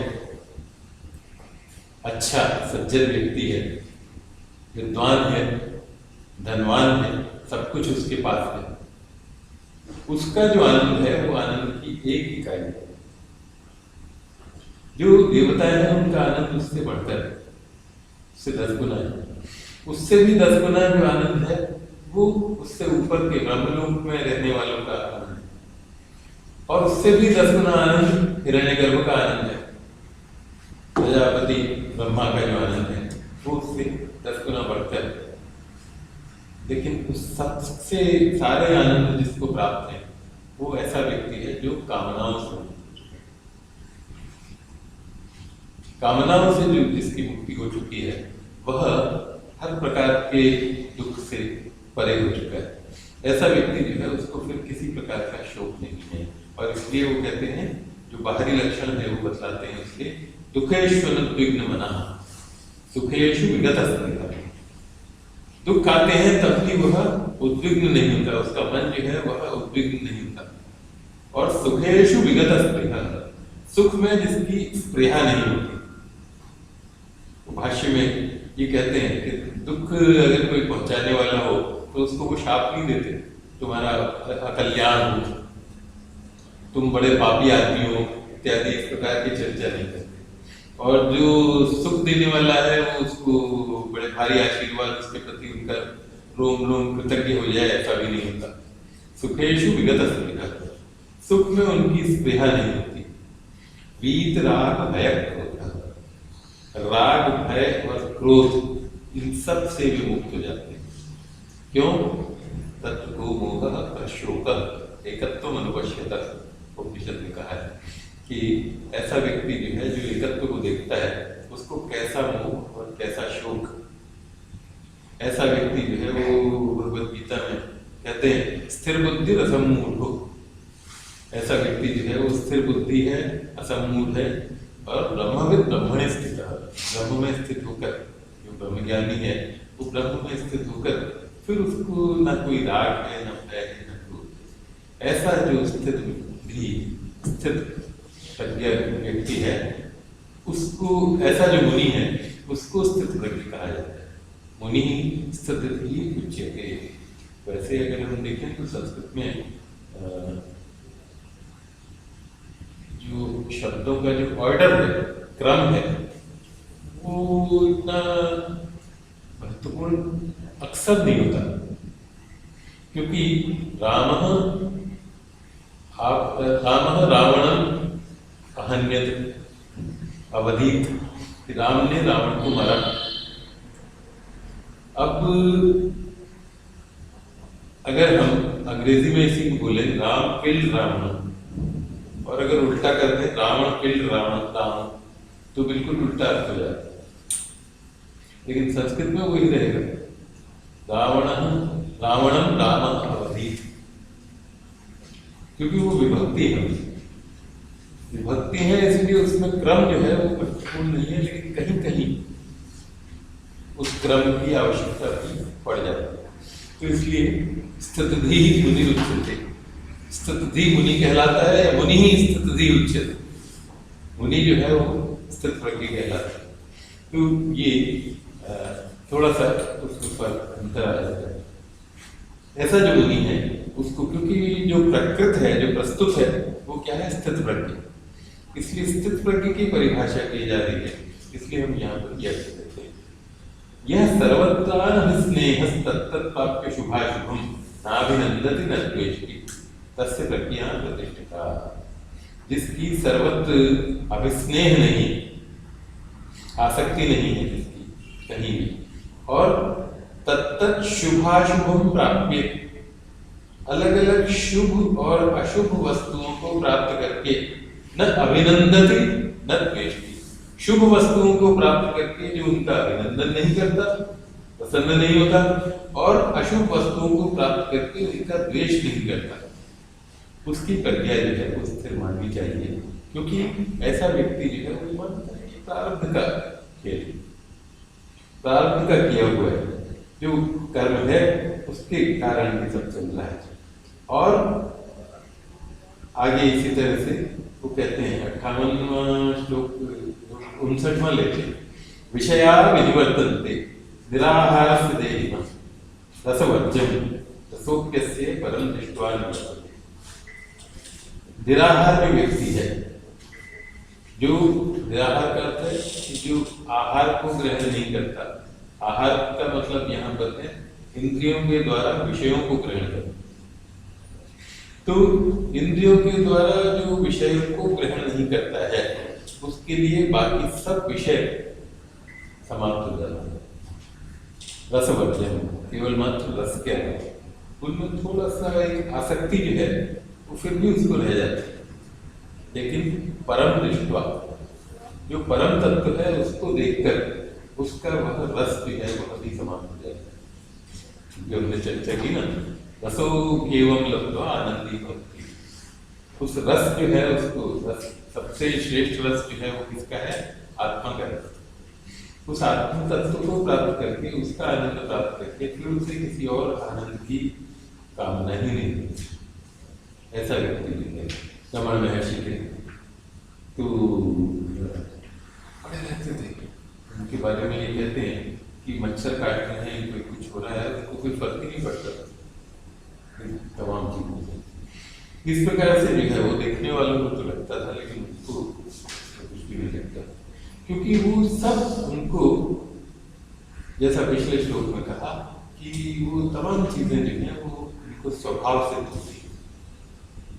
अब ये अगले श्लोकों में बतलाते हैं कि जो व्यक्ति अत्यंत परिश्रम भी कर रहा है, बहुत विद्वान भी है, फिर भी इंद्रियां जो है वो मनुष्य को बलपूर्वक हरण कर ली जाती है।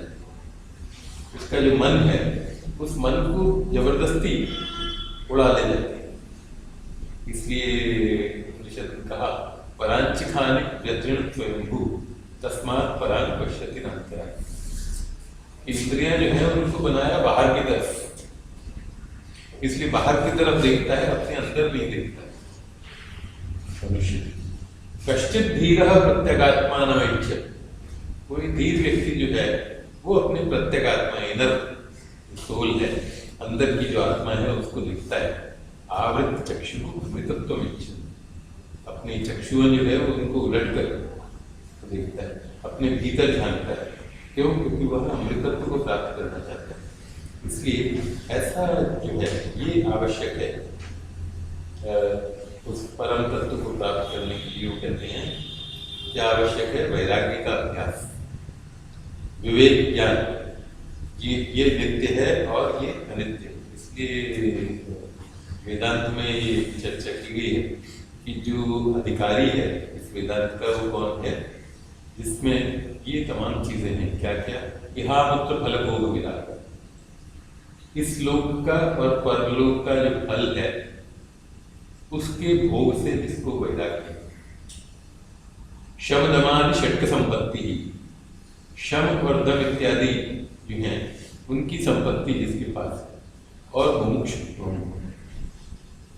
मोक्ष की उसकी इच्छा है, जिज्ञासा है, ऐसा व्यक्ति जो है वो परम तत्व को प्राप्त कर सकता है। क्योंकि वही वेदांत को प्राप्त करने का अधिकार है, वेदांत के उपदेश को प्राप्त करने का अधिकार है।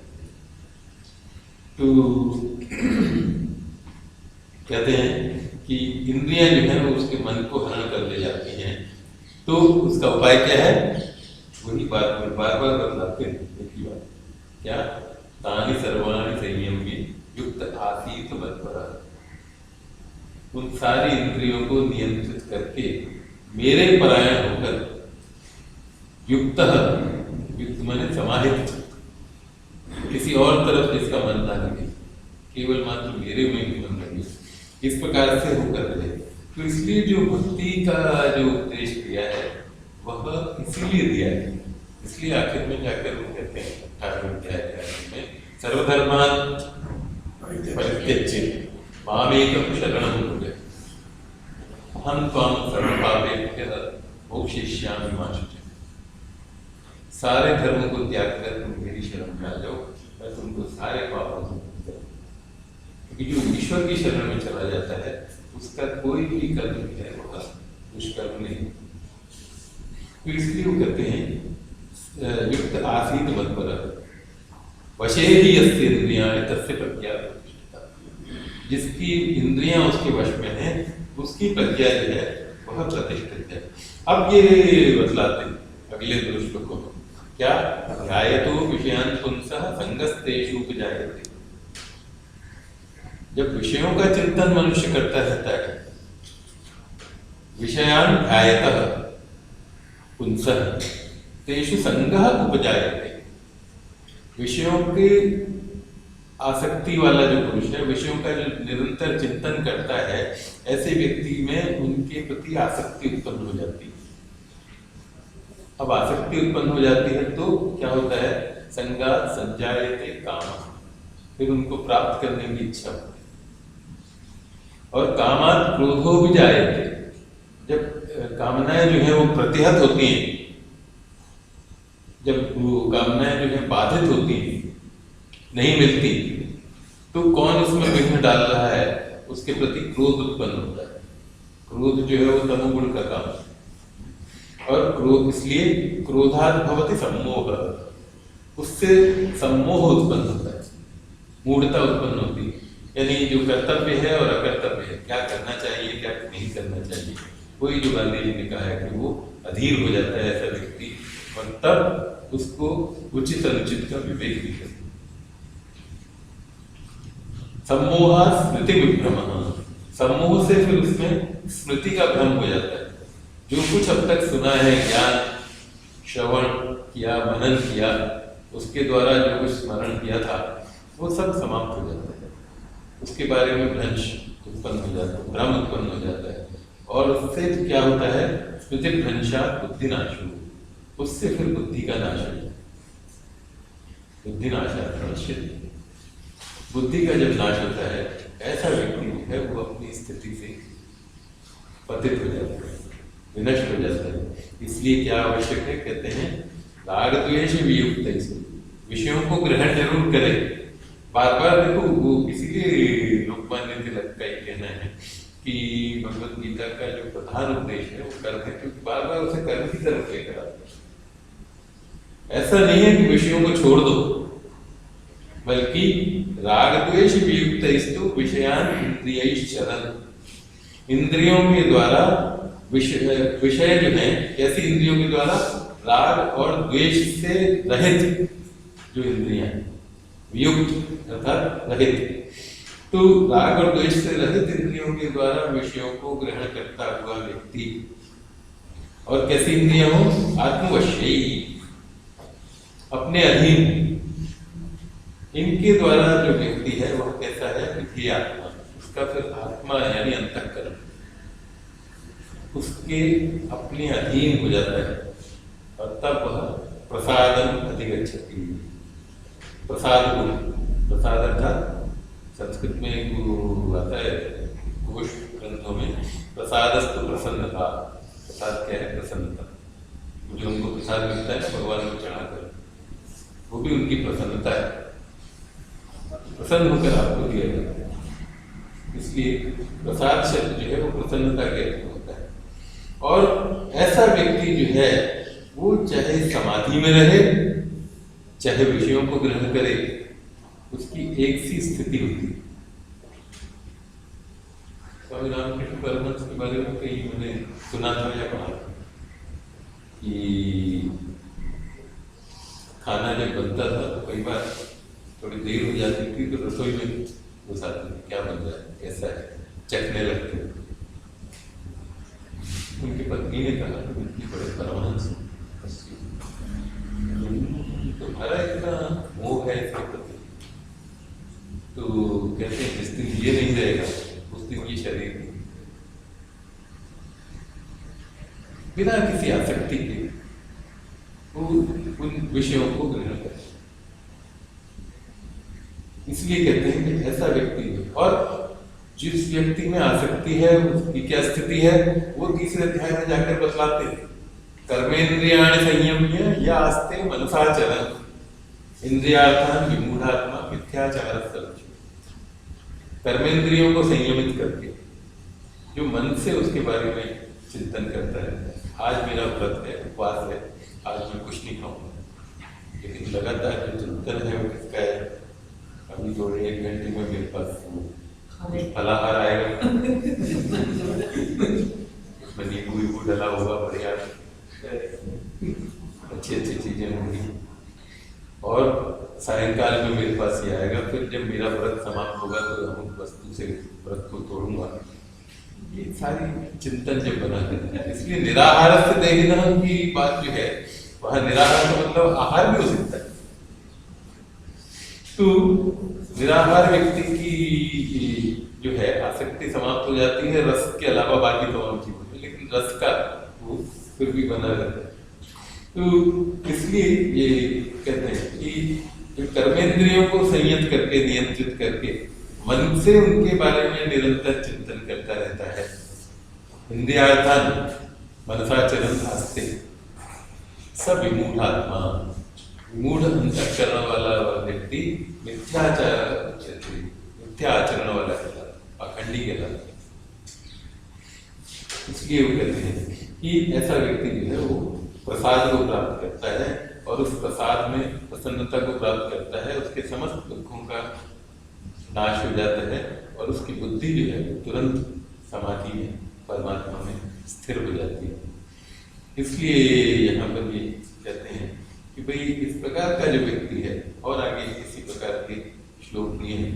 यहाँ इस अध्याय को हम फिलहाल थोड़ा सा छोड़ते हुए चलते हैं। आखिरी जो श्लोक है, बल्कि आखिरी क्या 70वां श्लोक लेते हैं।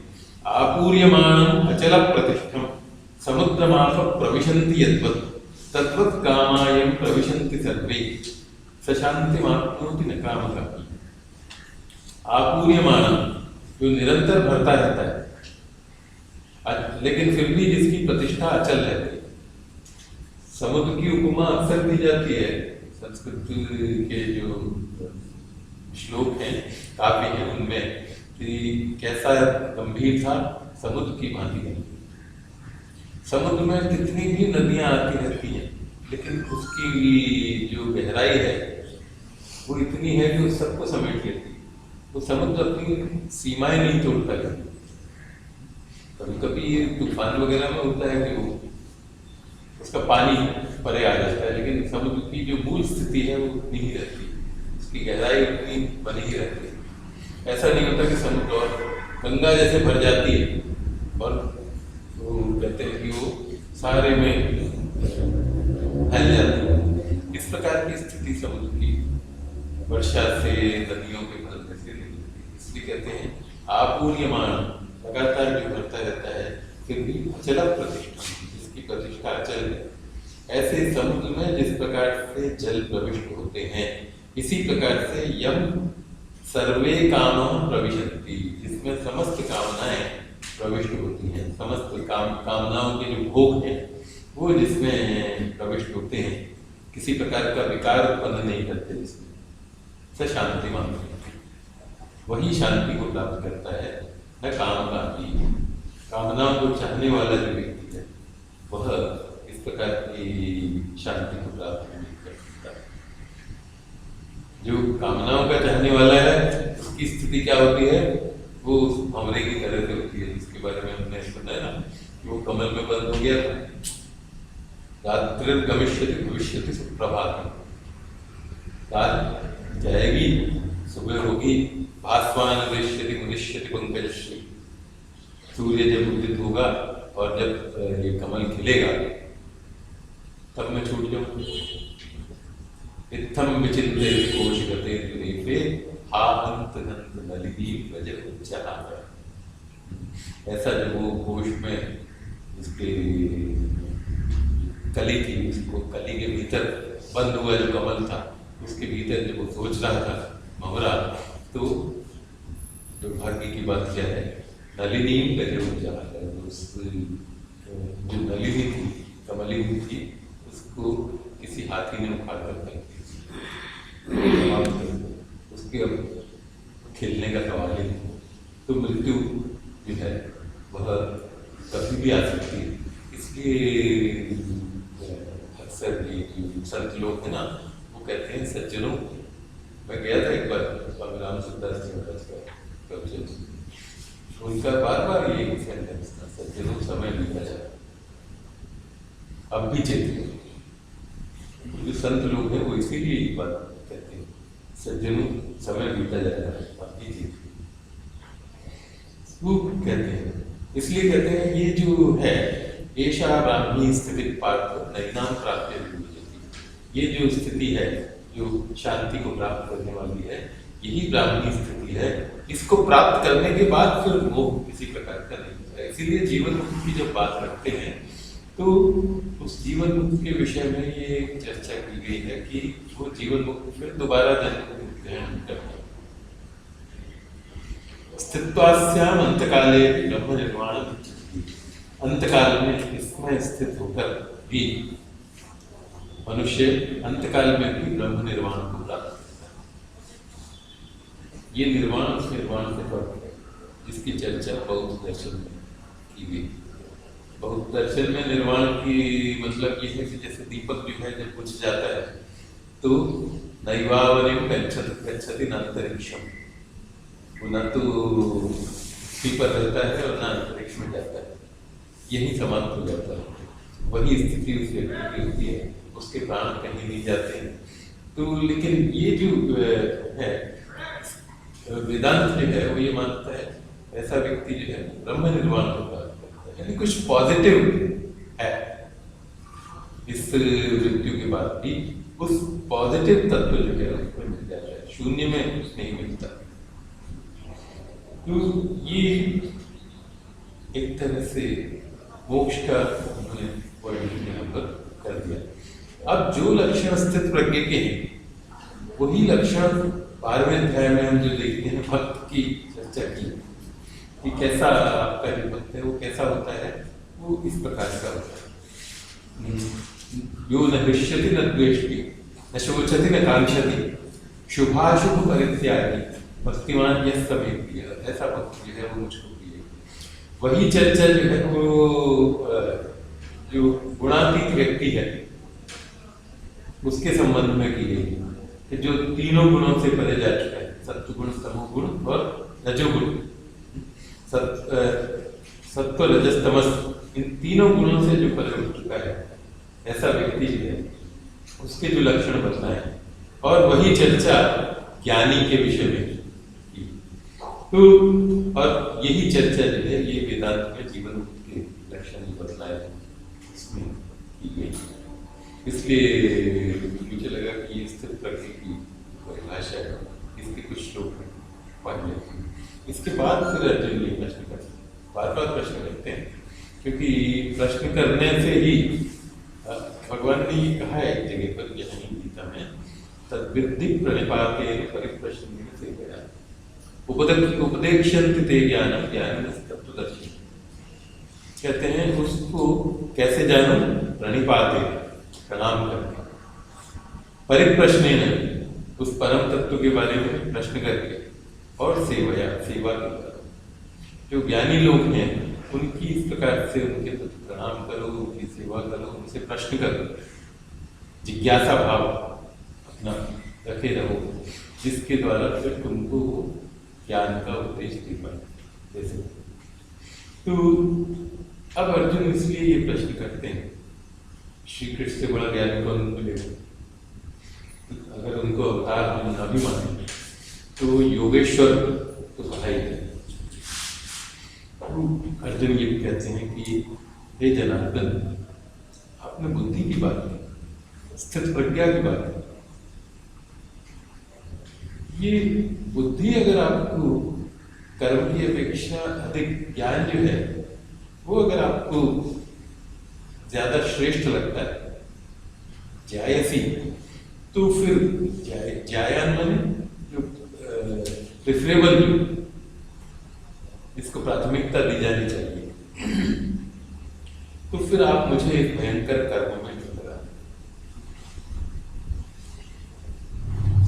यामिश्रेणेव वाक्येन बुद्धिं मोहयसि तदेकं वद निश्चित्य येन श्रेयो अहमाप्नुयाम्। ये मिले जुले वाक्यों से आप मेरी बुद्धि को जैसे मोहित कर रहे हैं, मुझे ऐसा लगता है। एक जो है निश्चित्य, शुरू में भी यही कहा था कि मैं तुम्हारी शरण में आया हूं, जो मेरे लिए निश्चित रूप से कल्याणकारी हो वह मुझे बताइए। यच्छ्रेयस्यात् निश्चितम ब्रूहि। यही सवाल नचिकेता ने कठोपनिषद में किया कि कौन सा अधिक कल्याण। भगवान ने, यमराज ने उनको यही कहा कि श्रेय और प्रेय ये दोनों मनुष्य के पास आते हैं। जो ज्ञानी व्यक्ति है, जो बुद्धिमान व्यक्ति है, वो श्रेय को चुनता है, और जो बुद्धिमान नहीं है वह प्रिय को चुनता है।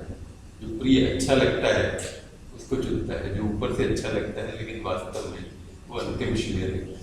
तो यहाँ अर्जुन का प्रश्न यही है, तदेकम वद निश्चित्य येन श्रेयोऽहमाप्नुयाम्। मैं इसके द्वारा श्रेय को प्राप्त करूं।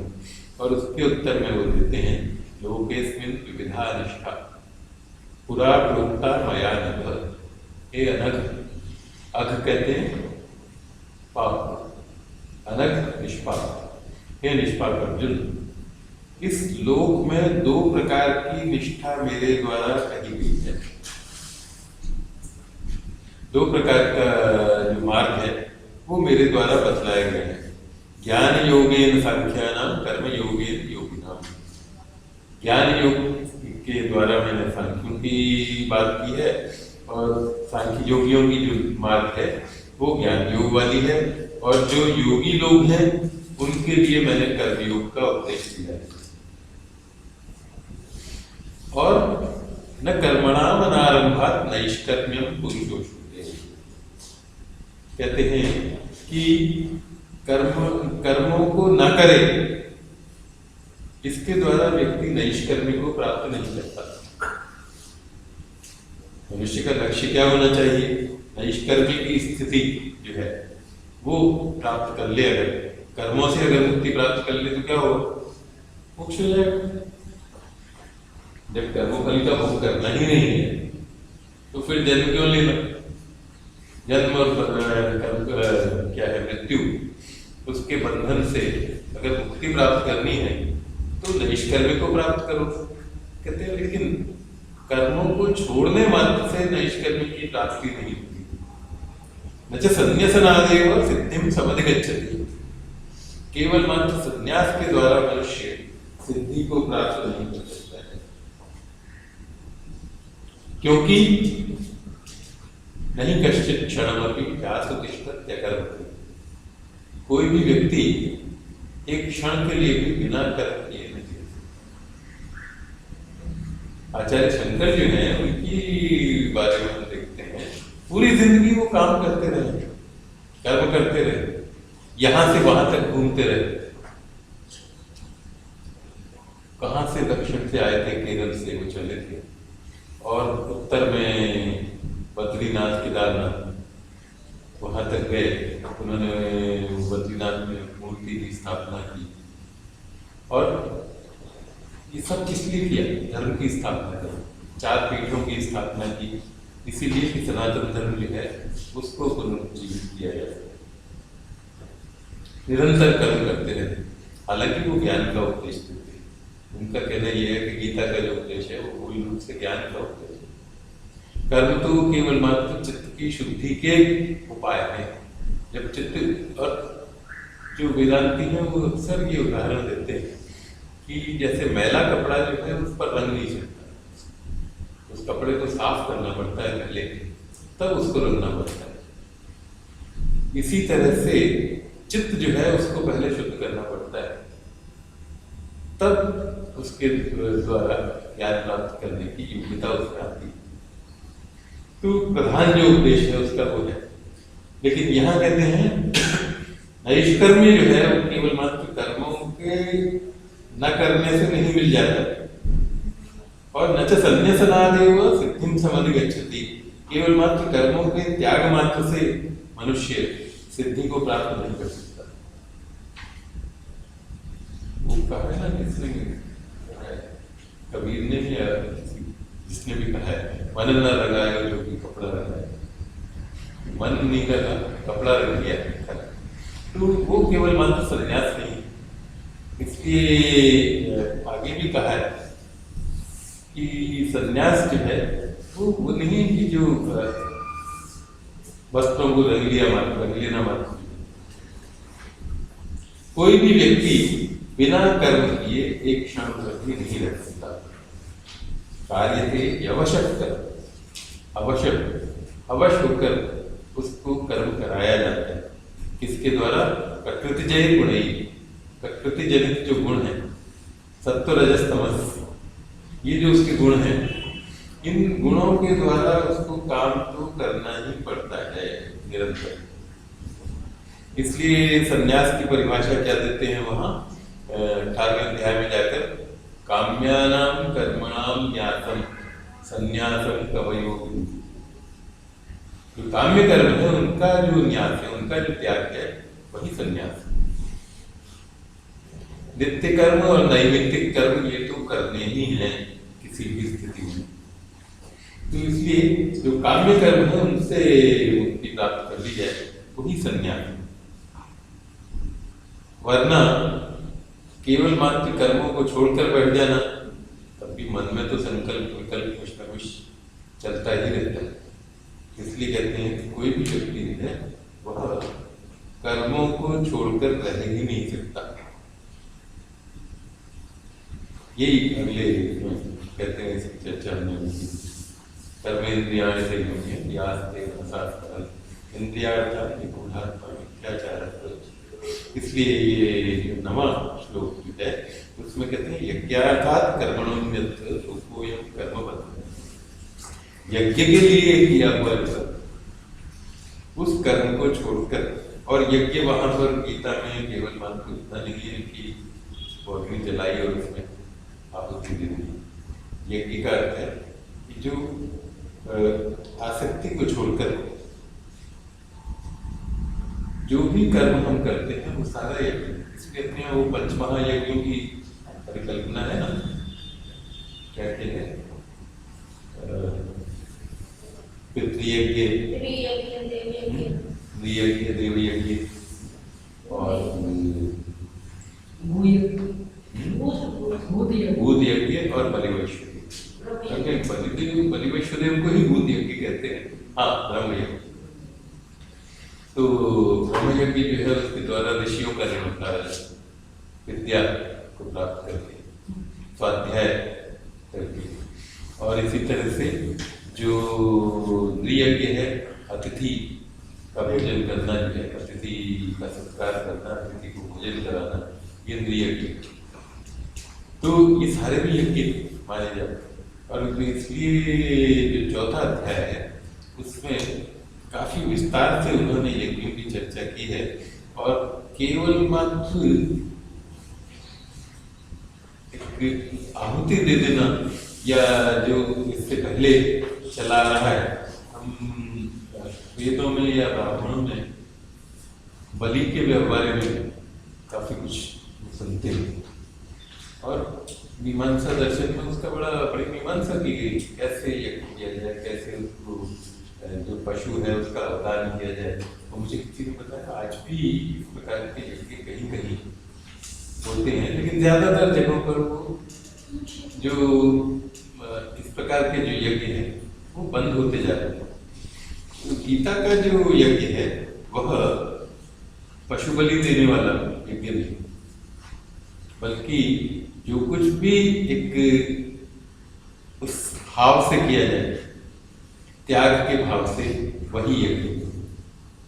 नेवले की कथा आती है महाभारत में, सुनी होगी आप लोगों कि राजसू यज्ञ किया युधिष्ठिर ने, और एक नेवला फिर वहां आया।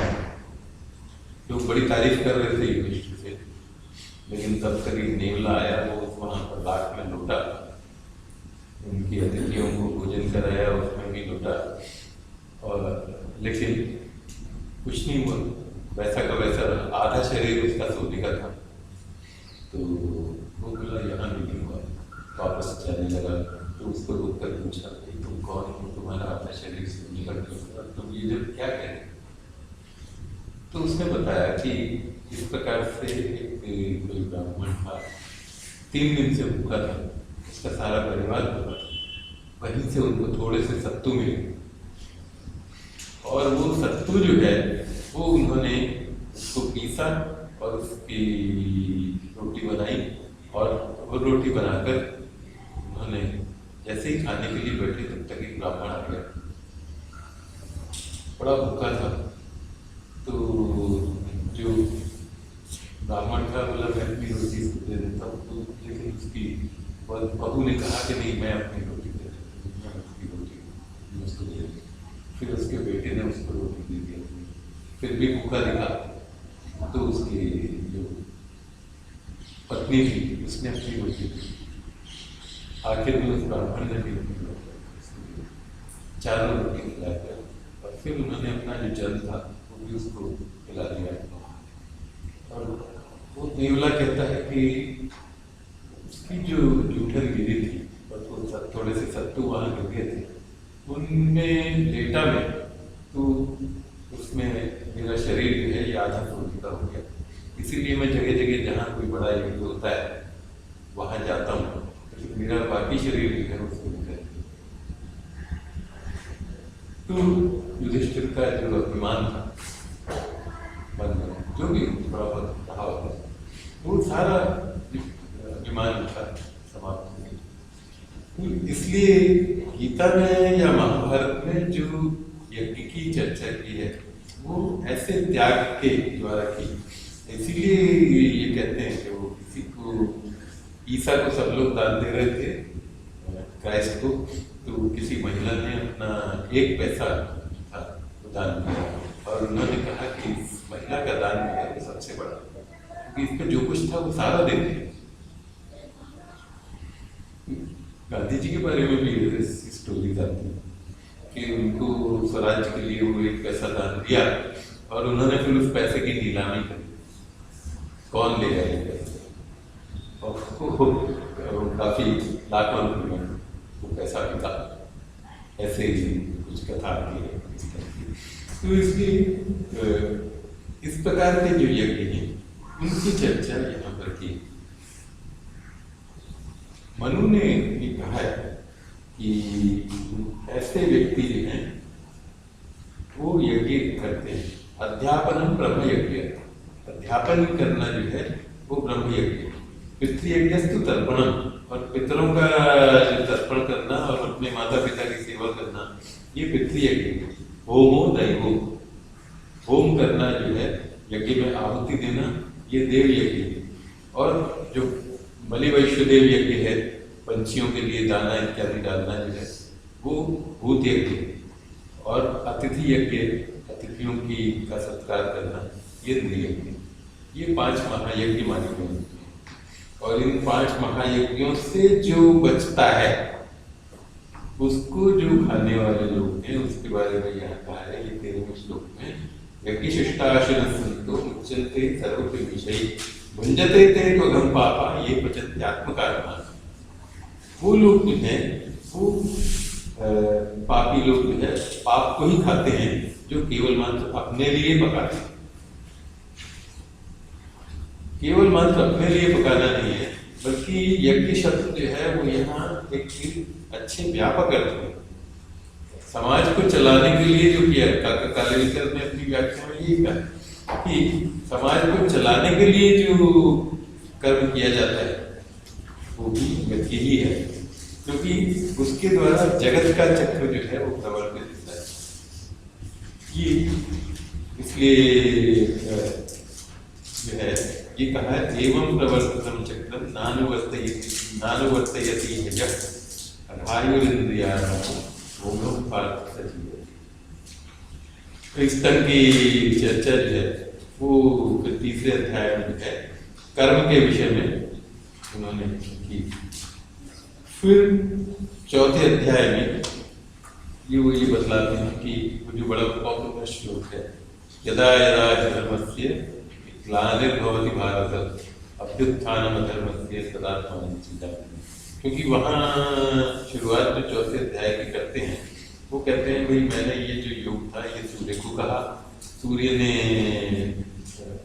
मनु को कहा, और मनु ने जो है वो अपने पुत्र इक्ष्वाकु को कहा, और एवं परंपरा प्राप्तम एवं राजर्षि योग। इस प्रकार से परंपरा से प्राप्त इस योग को राजर्षि लोगों ने जाना, और समय के साथ साथ ये योग नष्ट हो गया था। वही योग आज मैंने तुमको दोबारा से कहा, सैवाय मया देखे योग पुराना। तो अर्जुन के दिमाग में ये प्रश्न आता है कि आपका जन्म तो अभी हुआ है, भाई आप और आपकी और मेरी उम्र में तो 1 आध साल का ही फर्क है, इससे ज्यादा का फर्क है नहीं। तो अपरम भवतो जन्म परम जन्म विरोध। तो भगवान उसको बताते हैं बहूनि मे व्यतीतानि जन्मानि च उपचाराणि।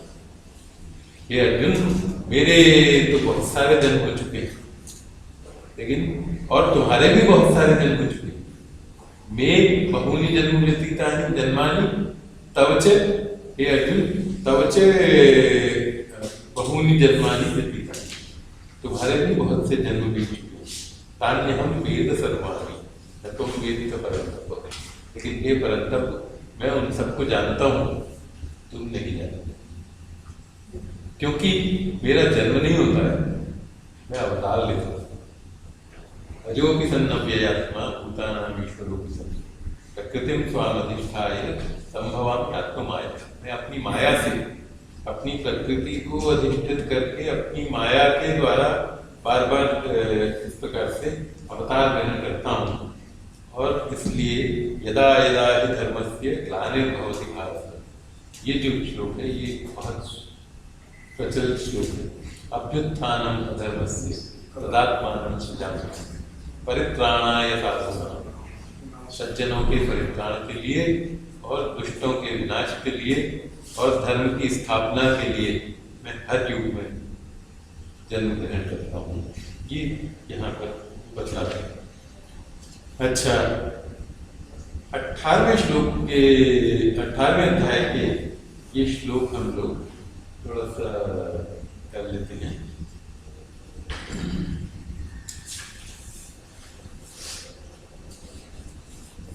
जिनके बारे में ये कहा जाता है कि ये अपने आप को नियंत्रित करने के लिए महत्वपूर्ण श्लोक हैं। क्या क्या है कि 51वां श्लोक है 18वें अध्याय का।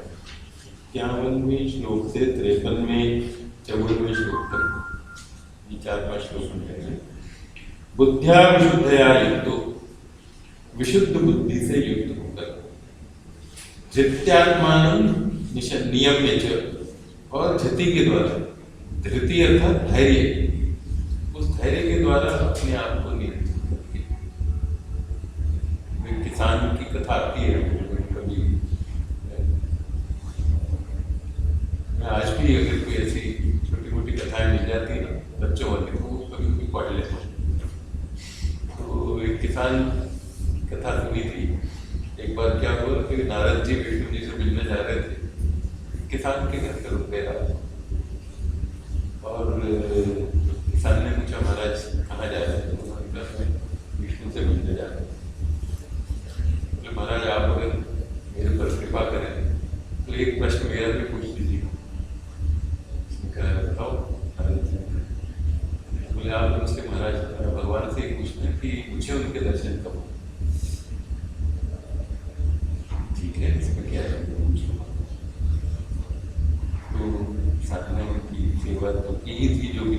उसने कहा कि मैं पूरे दिन में अपना काम करता हूँ और सुबह शाम भगवान का नाम ले लेता हूँ, इतना ही मैं कर पाता हूँ जब मुझे समय मिलता है। तो इसलिए मैं उनके दर्शन कर पाता हूँ। ठीक है। आगे चलकर एक और साधु मिला, बड़ी घोर तपस्या कर रहा था। उसने भी उनसे यही प्रश्न किया, तो उन्होंने उसको भी ये जवाब दे दिया। ठीक है, मैं पूछ लूँ। गए वहाँ पूछा, तो उन्होंने कहा भाई वो किसान जो है उसको ये कहना कि वो वहाँ पेड़ है उसके घर के ऊपर, बरगद का, उस पेड़ के ऊपर जितने पत्ते हैं उतने युगों के बाद में उसको दर्शन है। और वो जो साधु हैं उनको ये कह देना कि उस पेड़ के ऊपर जितने पत्ते हैं उतने वर्षों के बाद में लौटे। तो पहले वो साधु रास्ते में मिला, उन्होंने जैसे ही कहा ये बात, भाई इतने वर्षों के बाद भगवान को दर्शन मिलेंगे। बोले तो क्या फायदा है, इतनी मैं तपस्या कर रहा हूँ, अगर मुझे उनके दर्शन नहीं दिए होते तो क्यों लगाऊंगा? उसने वो सारी तपस्या छोड़ी और अपने भोग के लिए संसार में दोबारा से प्रवेश हो गए। किसान के पास आए, उसको बड़े दुखी तो थे ही नारद जी।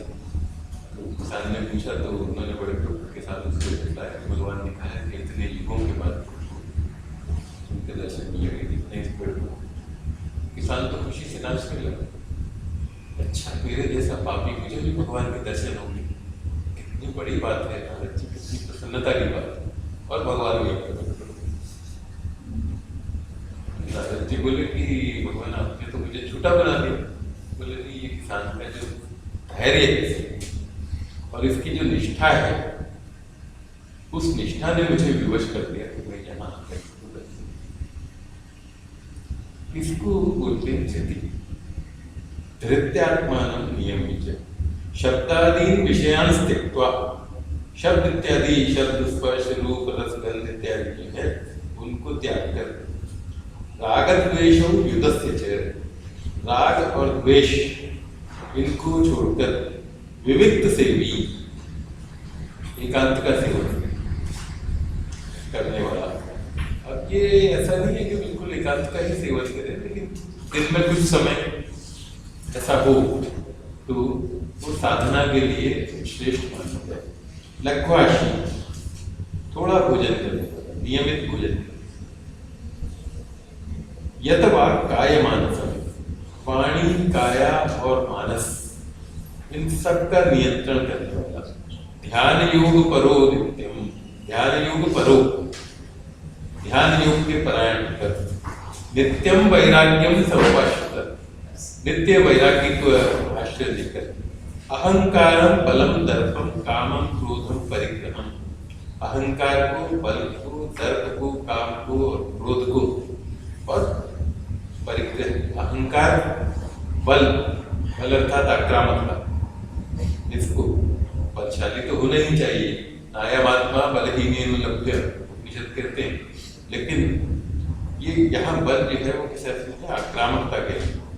आक्रामकता को त्याग दे, तर्क को छोड़ दे, काम, क्रोध और परिग्रह, बहुत संचय करना, इसको भी त्याग दे, इनको विमुच्य, इनको त्याग कर निर्मम, ममता को छोड़ दे।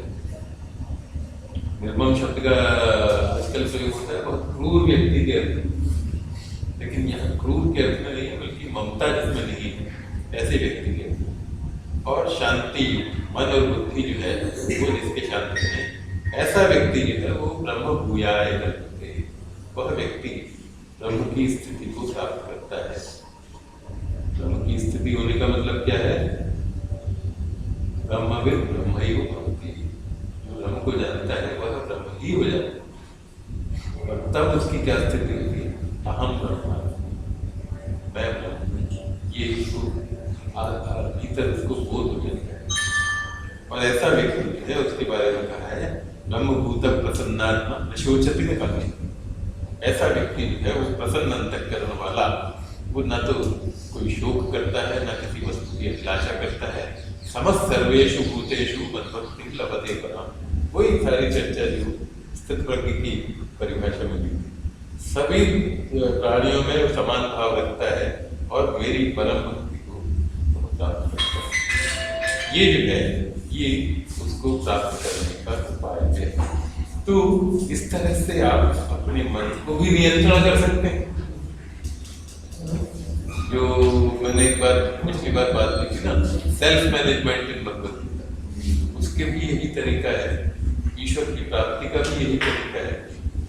ये इसमें भगवत गीता के ग्रंथों में इस प्रकार से बतलाते हैं। और इसलिए कहते हैं गीता को थोड़ा थोड़ा जो रोज पढ़े, ऐसा जो व्यक्ति है वह वास्तव में अपने जीवन को एक बेहतर मार्ग पर डाल सकता है।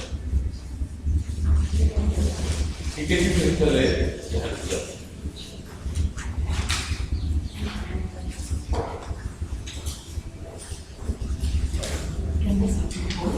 थोड़ा गीता के विषय में चर्चा करेंगे और थोड़े से लोग वो भी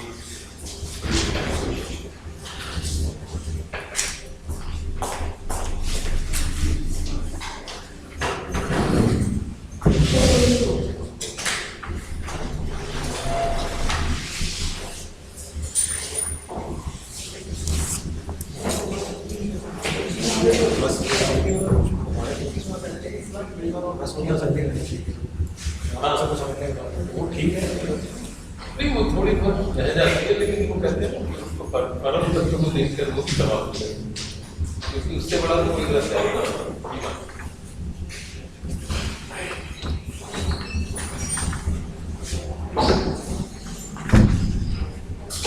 मैंने आपसे यही पूछा कि कोई